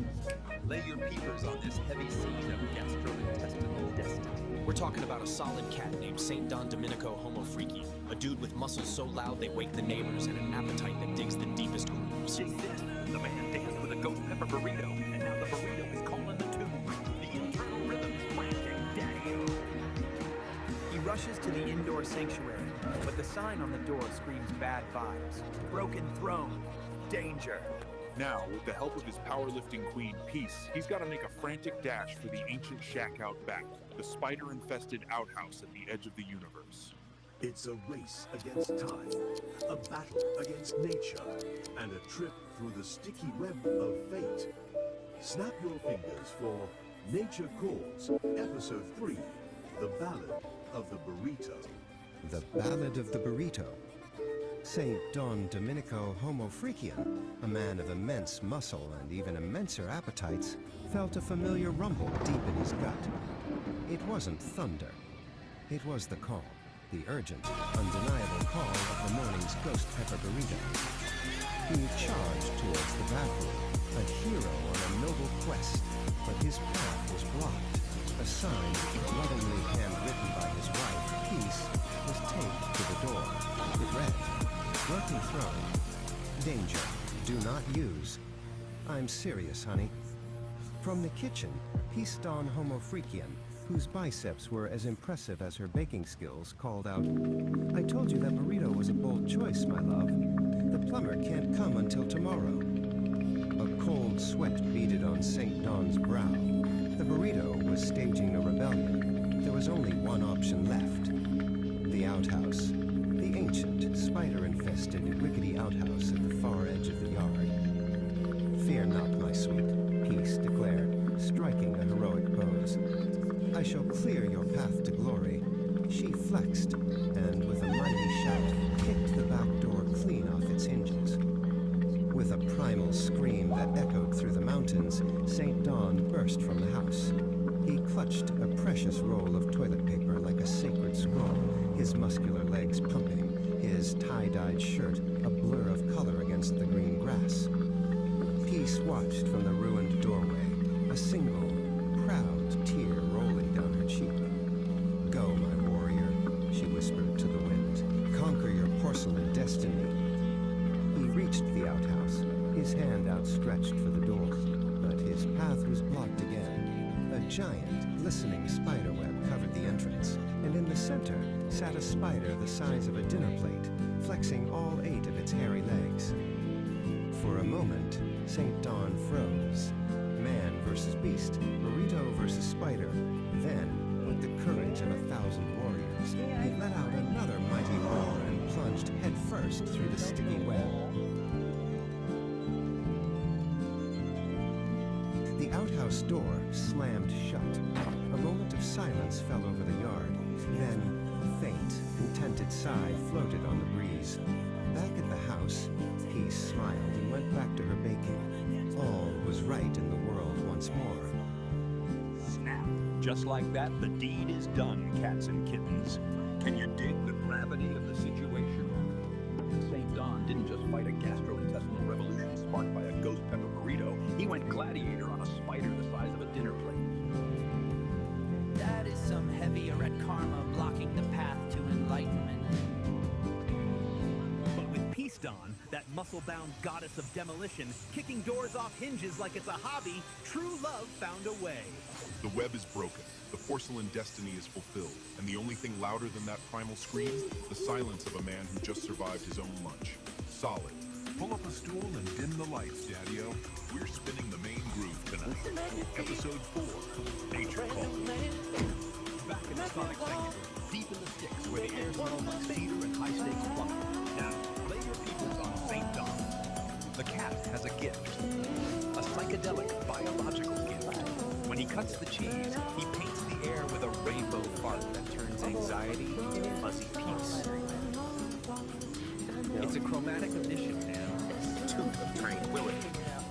But even a magical poem obeys the laws of physics. Han tries to tell his lady Peace that the low-end frequencies are hitting them too hard, but she ain't buying the remix.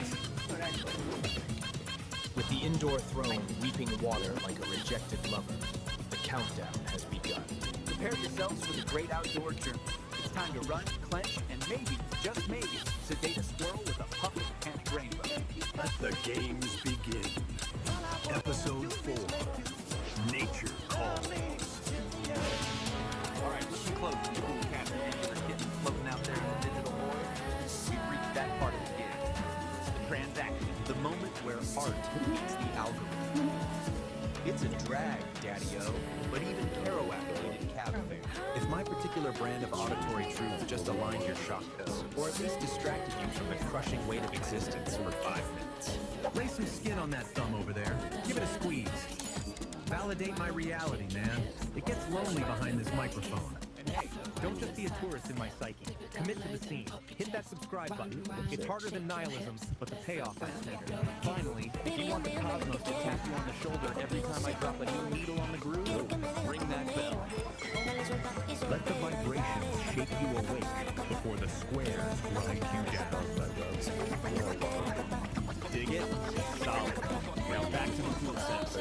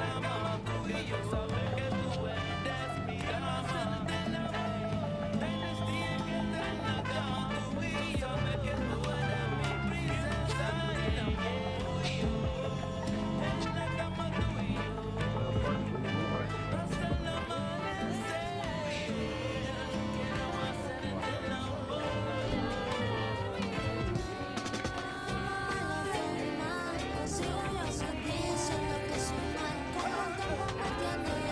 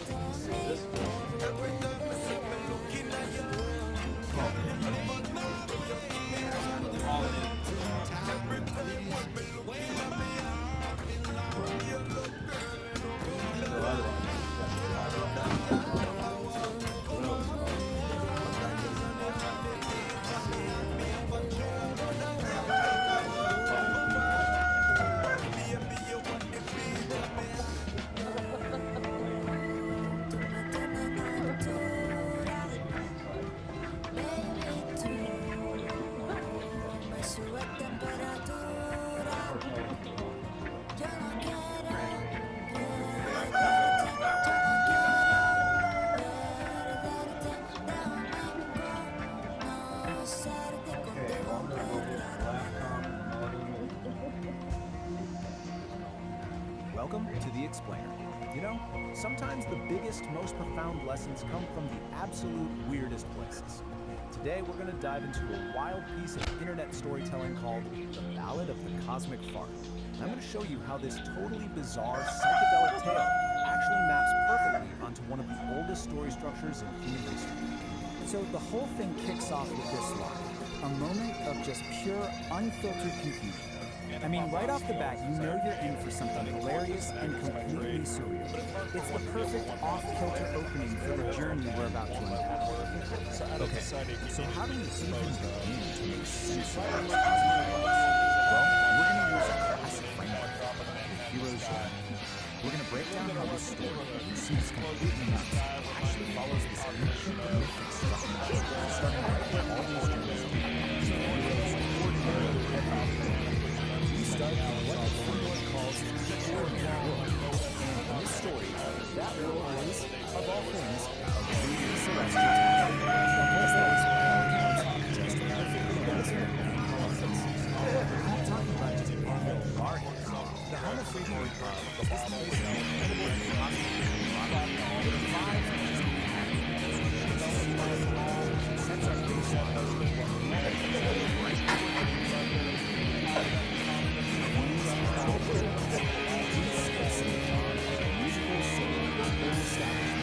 They're not just serving drinks, they're conductors all the time. Their music, which is literally powered by the cosmos itself, is the heartbeat of the peaceful little world. I love this detail. It shows you just how perfectly balanced their world is. These productions described as well-intentioned and harmonious. It's a hilarious line, but it's also crucial. It tells us that every single person is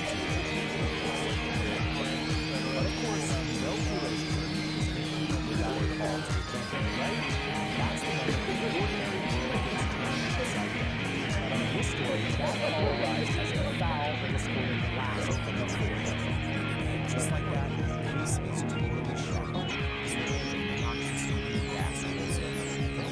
That's the opposite of that harmonious sound just heard. And then chaotic forces just burst on the scene. And then he makes his grand entrance. The villain shows up with a name that, well, leaves very little to the imagination. The Sharknado's power isn't just good, it comes from 4 Disney. It is literally the polar opposite of everything else on stage. The impact is immediate. The antagonist, the Warren instantly throws the whole ordinary world into chaos. And that sour space belt line is just perfect. The harmony has been totally corrupted. Just like that, our heroes have their mission. They've got to restore the celestial symphony. So, this whole destruction is trials. This is where they have to cross the threshold into a new world. They gather their allies and face the first major test against this chaotic world. And in the classic move for any hero's journey, the cosmic distress signals and their allies start showing up. We had a cosmic rock band and a high-tech science team. It just goes to show you this threat is so massive that it's this whole crew of different powers to think about. This is the battlefield. It's just Uranus, the little gas giant, which was supposed to be a key part of this whole celestial symphony. The Sharknator is already there, actively corrupting its natural harmony and turning its beautiful music into magic battles. They're all on the first shot of this. They try to fight chaos with even more chaos, blasting it with power chords and sonic energy, but the Sharknator just soaks it all up. And this defeat, it's absolutely critical. It proves their whole strategy is wrong, and they're going to need a new kind of vision to win. So, totally humble and defeated, our heroes get to this really pivotal stage of the journey. This is the part where they have to go find guidance from someone who truly understands the nature of the forces out there. So what do? All the way out to Pluto and find these dogwalks. These ancient masters with their wonderfully terrible puns for names, they have the deeper knowledge our heroes are missing. They're the ones who have the kind of wisdom you need and increasingly just as much. And this, right here, is the big aha. Monk's lesson is so simple, but it's profound. They're doing it all wrong. They can't attack, they can't create more noise, Instead, they have to create a harmony so powerful, so overwhelming, that chaos just can't exist inside it. Okay, so armed with this game-changing new knowledge, our heroes head back to the final battle. This is the big climax of the journey, where they have to put their mentor's lesson to the test and face their enemy in a completely different approach. Instead of launching another attack, they just weaving together these phantom buttons, some cosmic blues. They're literally fighting his chaotic energy with a symphony of pure order and beauty. And guess what? The new strategy works. Like, perfectly. The music doesn't destroy his power, it neutralizes it, it transmutes it. The harmony is like a soothing balm that transforms his chaotic energy into something beautiful. He's completely disarmed. He didn't have to fire a single shot. So the Sharknad's chaotic energy has nowhere to go, right? He survived all this harmony, so it just turns inward. And one final, repetitive sound, he just ceases that, and it's not some violent explosion, but it's quiet implosion. I mean, what a perfect ending for villain who is literally defeated by peace. And that brings us to the final stage of this whole journey. We return to the elixir. Battles won, the world is saved, heroes get to return to their true bringing back the incredible wisdom gained along the way. This right here, this quote, the lesson they learn isn't some magic sword or impressive treasure. It's wisdom. The ultimate power for overcoming discord isn't more force, it's overwhelming harmony. It's actually a pretty deep message, you know? It's just wrapped up in this totally bizarre, hilarious package. And this is exactly why these old story structures are so timeless. Because even a story about a cosmic fart can follow this ancient pattern and leave you with something to really think about. It asks us to consider how we confront the chaos in our own lives. Do we just fight back with more chaos? Or do we try to create our own system? This raw daticle of pure potential, gliding right up to the mycelial cabin, a transparent tendril, a high-frequency key. The engine goes quiet, the lantern light freezes. Pulsing in a series of colors and rhythms, branchings of potentials that may arise. The vast architecture of probability, the what-if floating alongside the what-is. A thunderstorm of mapped potential.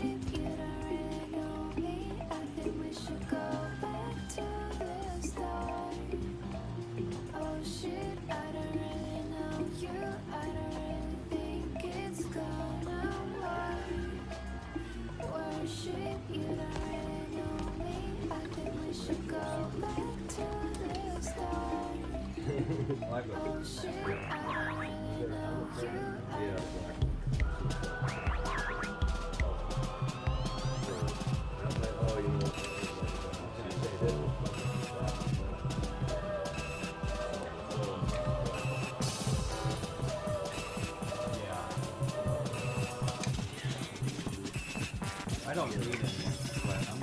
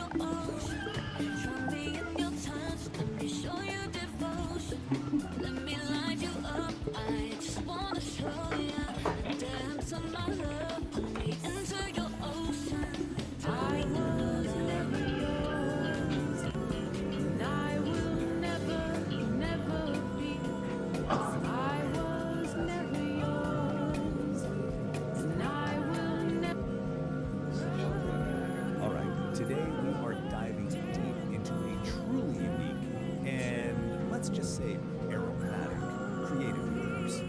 We're going to deconstruct the logic, the characters, and the narrative style of Homo Freakian World. And trust me, it's a wild ride, so you might want to buckle up. And boom, this slide right here gets to the absolute core of it all. You know, every great epic has that central conflict, right? That one recurring trial for its hero. Well, in Homo Freakian World, that trial is almost always a sudden, desperate, and incredibly urgent call from nature. This is it. This is the starting gun for pretty much every single adventure. Okay, so now that we've established that urgent foundation, let's properly step into this bizarre world. Our first section, welcome to Homo Freakian World. It's a place that's really defined by these crazy extremes. We've got this profound Zen-like patience smashing right up against the most urgent biological needs imaginable. So what exactly is this place? Well, it's a very specific kind of comedy. The whole thing is set in this rustic, kind of psychedelic world. Those mundane, everyday emergencies, like, you know, needing a bathroom and needing it now, are treated like they're these epic, soul-testing odysseys. The humor really comes from that massive, hilarious gap between the lowbrow subject matter and the super high-stakes, epic language used to talk about. And here we have our main players, right? This slide lays out the two central figures perfectly. On one side, you have Saint Dom Domenico. He's our hero, a guy of immense appetites whose internal plumbing basically dictates the entire plot. And on the other side, his wife, Peace Dom Homo Freakian. She's serene, she's competent, and she's basically the calm anchor, the wise observer to his frantic, digestive dramas. In this picture, this says it all, doesn't it? Here's Saint Dom coming out of the outhouse, just glowing with relief, like he's just completed some mythic quest. And then there's Peace, just calmly reading her book, totally unfazed by the whole thing. His epic journey is just, you know, a minor background event in her perfectly tranquil afternoon. It's their whole dynamic in one single shot. Okay, so that's the setup. But how do these stories actually work? That brings us right to our next section where we're going to dissect the formula itself. Section 2, the Ballad of the Bowels. Let's take a look at the anatomy of a typical crisis. So get this, it's basically the hero's journey, just, you know, for a very specific kind of journey. It always kicks off with the call, which is usually described as some kind of ominous gurgle. Then, of course, comes the obstacle. Maybe it's a broken toilet, a scary-looking garden gnome, or even a giant spider. That triggers the frantic sprint, this blur of plaid and panic, which finally leads to the relief, a triumphant roar that echoes through the forest, every time. When we get to that moment of relief, oh boy, the descriptions are, let's just say, they don't work. This quote right here is a perfect example. The writing is diving right into the graphic details. I mean, using a shot for specific imagery to create a moment of pure, unapologetic joy. So often the real turning point, the moment of crisis, comes down to one single fatal error. Let's break down this process. Step 1, an attempt is made for a small, controlled release, just to relieve the pressure. Step 2, the immediate realization that this was a catastrophic miscalculation. Step 3,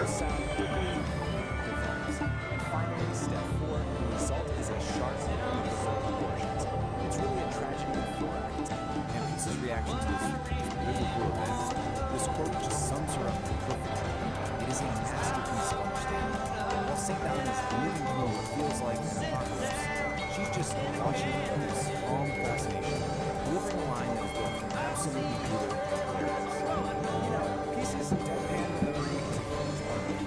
But there's another voice that's even more crucial to the series for this time, and that leads us straight into section 3, the beatnik narrator.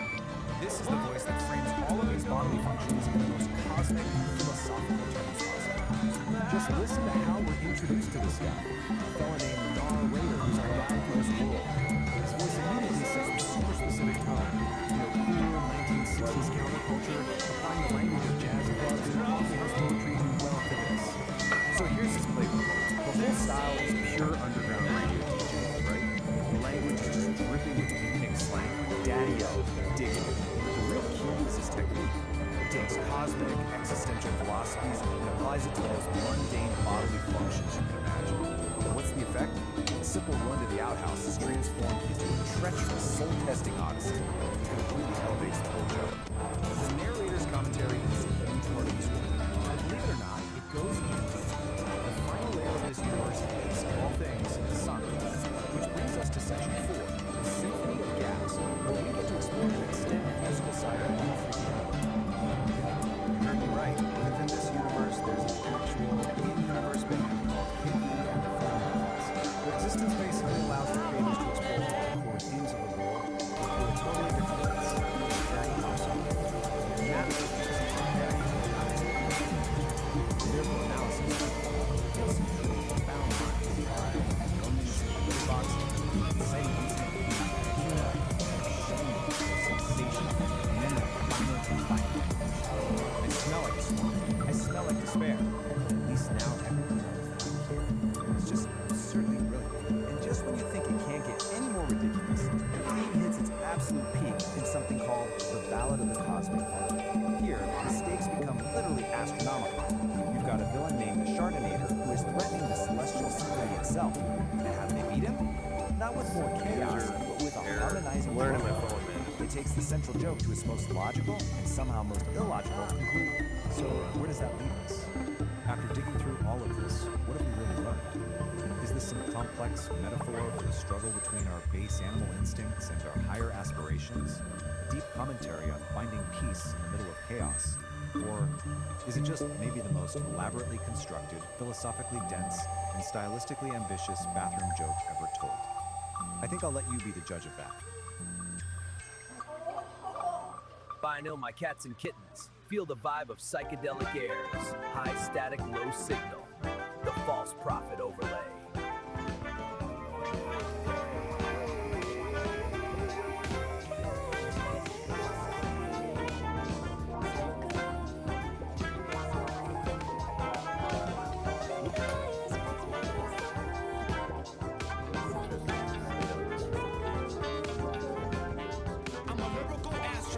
Maybe a psychonaut. I smoke weedy shrooms and I talk a lot. Bottles of champagne, yeah, pop it up. But I keep it together, I'd have some.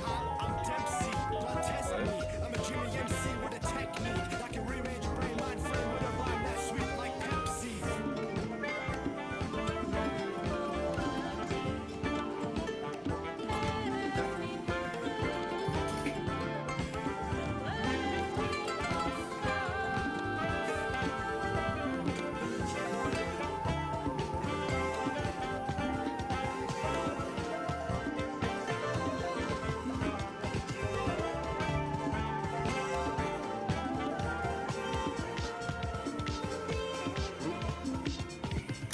Watch what you do, watch what you say, watch what you do, watch what you play, watch what you do, watch what you say, watch how you make your speech and watch what you play. About that day.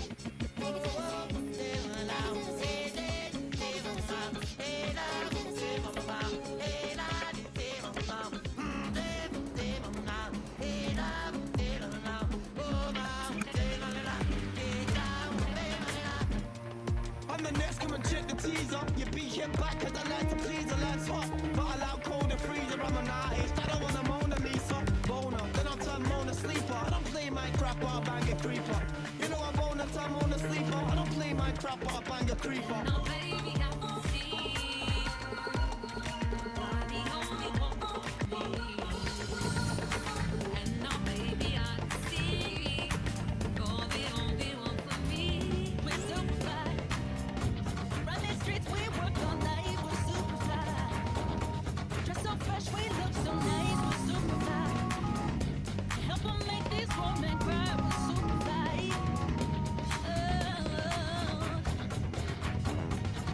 We're super fly. Run the streets, we work all night. We're super fly. Dress so fresh, we look so nice. We're super fly. Help 'em make these women cry. We're super fly.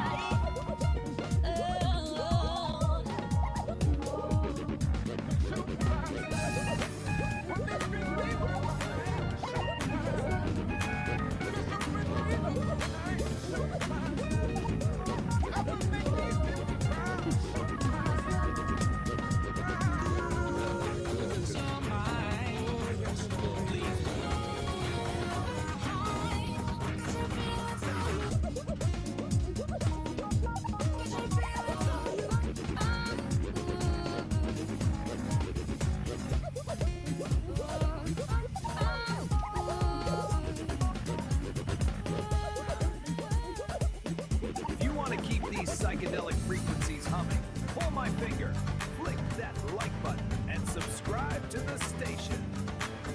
Ring my bell! Then you'll know when the music starts. We don't want you missing out on the thrills, man. And if you've got extra change burning a hole in your pockets, drop us some cash over on Patreon. It keeps the circuits warm and the coffee kicking. Support the frequency, help us clear the static, and we'll see you where the ridge flickers. Peace, resonance, and stay groovy, Daddy-O.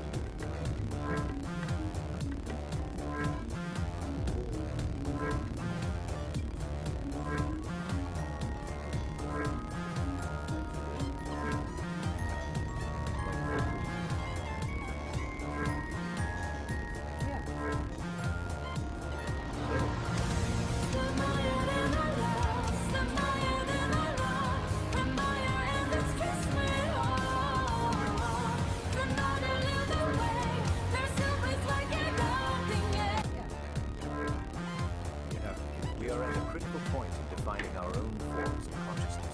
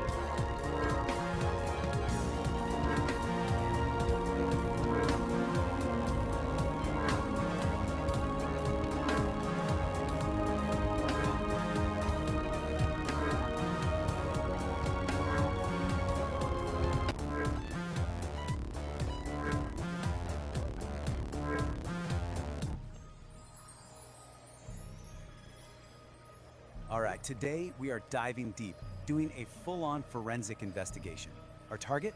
A really strange, cryptic signal from a source we don't know where it came from. And the only thing we have to work with is this, a recently discovered manual that might just be the key to unlocking the entire mystery.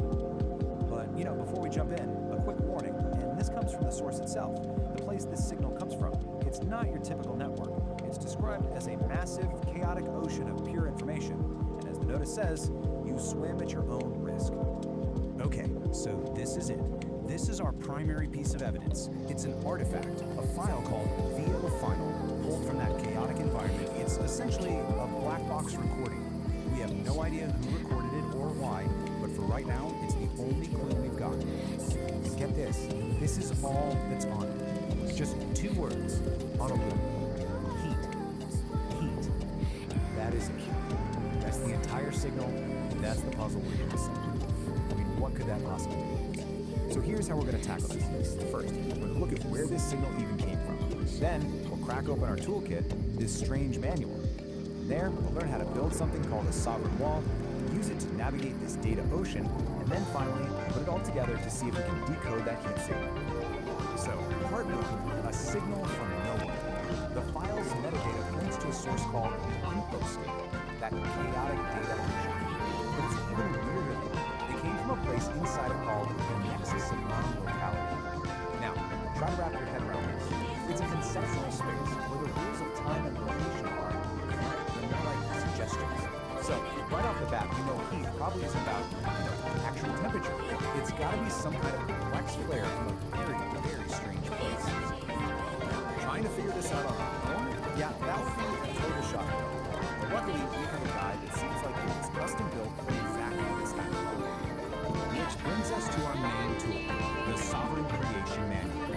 And this is where things get really interesting. We're not talking about some philosophical text here. Think of this more like a technical manual for a unique operating system, an OS for consciousness itself, called the Dialogic Engine. And it's designed specifically to work in the crazy environment our signal came from. So what this manual lays out is, frankly, a pretty radical system. It's a way to maintain a stable, sovereign sense of self while getting constantly bombarded by the chaos of the ecosystem. It's not about just surviving the chaos, it's about actually thriving. And this is the absolute key to the whole thing. The Dialogic Engine isn't trying to create a peaceful, quiet mind. No, it's a system designed to take the messiest parts of existence, chaos, contradiction, what the manual calls necessary friction, and use them as fuel to forge a clearer, more refined truth. Okay, so first things first. The manual says you have to build what it calls a sovereign wall. And let's be clear, this isn't some passive wall you hide behind. It's a dynamic, intelligent boundary that is actively managing information. Here's a look at the basic blueprint. Right there in the center, you have the sovereign core. That's your essential self. It's protected by these 15 layers of wall, which are constantly managing the data flow, deciding what gets in, what gets processed, and what just gets thrown out as noise. Now, for this wall to actually work, it's built on a few core principles, things like radical self-ownership and cognitive honesty. But according to the manual, one of the toughest principles to really live by is something called relational integrity. There's this one section in the manual, it's called the forced if, and it has this quote that just nails the whole level. It's about that choice. Do you deal with the immediate awkwardness of saying no to something you don't want, or do you pay that much deeper, slower price of self-betrayal just to keep peace? And really, that's what relational integrity boils down to. It's having the courage to make that hard choice, to refuse the easy path of just going along to get along, all to keep your sovereign wall strong and your core self intact. Okay, so, wall is up. It's strong, it's principled. Now what? How does it actually function when it's up against this constant, overwhelming flood of information coming from the data ocean? This is where the wall really shows its intelligence. It starts to get really good at telling the difference between just noise and what the manual calls high-value input. But here's the twist. High-value data isn't the stuff that feels good or validates you. It's the hard stuff. The contradiction, the dissonance, the friction. Which, of course, brings up a huge question, right? I mean, what do you do when you run into a piece of information that challenges everything you thought was true? Do you just reject it, pretend you never saw it? And the manual's answer to this is, well, it's pretty profound. A truly strong wall doesn't just block a contradiction. It certainly doesn't break under pressure. It metabolizes it. It actually pulls that challenging idea inside, breaks it down, integrates the parts of the useful, and uses that very process to become stronger. Okay, so we've got our toolkit, we understand the dialogic engine, the soft wall, this idea of metabolizing friction. It's not. Let's go back to that black box and see if we can find it. So, here we are again. Heat. But now, with all this new context, what could it possibly symbolize? It's almost definitely not about temperature. It's a signal about a process, about some kind of internal state. I think this schematic from the manual might just be the final piece of the puzzle. It shows the whole Sovereign engine in action. And look at the inputs on the left, chaos and inner weather. They're not treated like problems to be solved. They're the essential ingredients you need to create necessary friction, the heat that powers the whole engine. So you see, heat isn't just a word, it's a diagnostic signal. It's like a status update from the engine. It could mean the engine is just working as intended, generating that necessary friction to process a hard truth. Or it could be signaling a moment of massive and chaotic change. The manual calls liminal leaping to a whole new state of being. Or maybe it's a boundary test, the feeling of the sovereign wall under intense pressure as it metabolizes huge contradiction from the infosec. No matter which one it is, they all point to the same thing, a system under intense but productive stress. And that really just leaves us with one final question, one that kind of turns this whole investigation back on ourselves. If your own awareness is an engine, what kind of fuel are you running it on? Are you avoiding friction, or are you using it to build something stronger?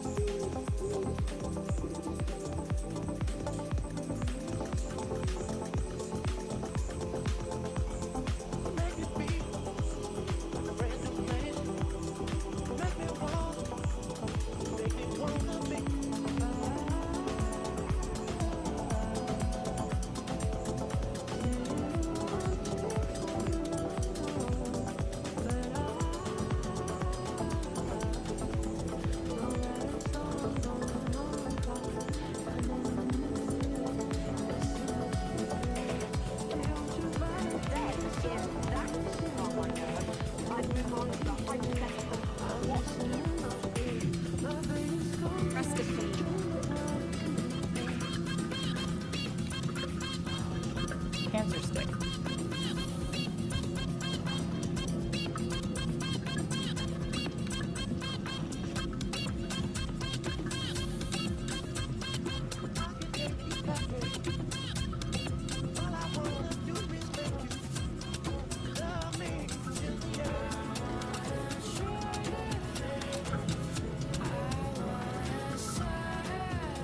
The Sovereign Forge ignites with focused heat, a driving pulse where energy and logic meet, shaping the chaos with a resonant beat, forging a new reality complete. Here, the iridescent light becomes a tool, the one photon follows a perfect rule.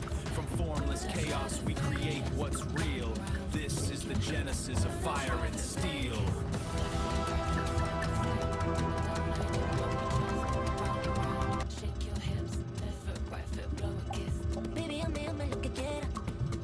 Soy candela, quiero que me dejes a tu manera. Dale suelta y soltera y dale racata, racata, racata. Quiero de racata, racata. Soy una mañana que racata.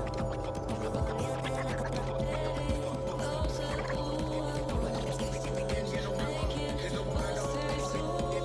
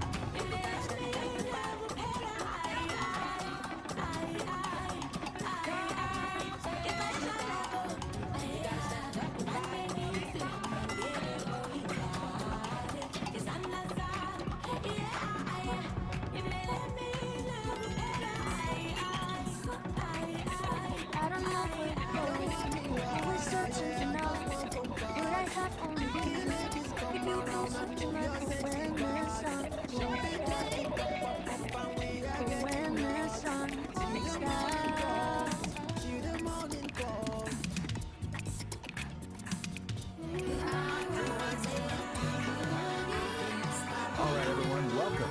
Today we are diving headfirst into the nexus of non-locality.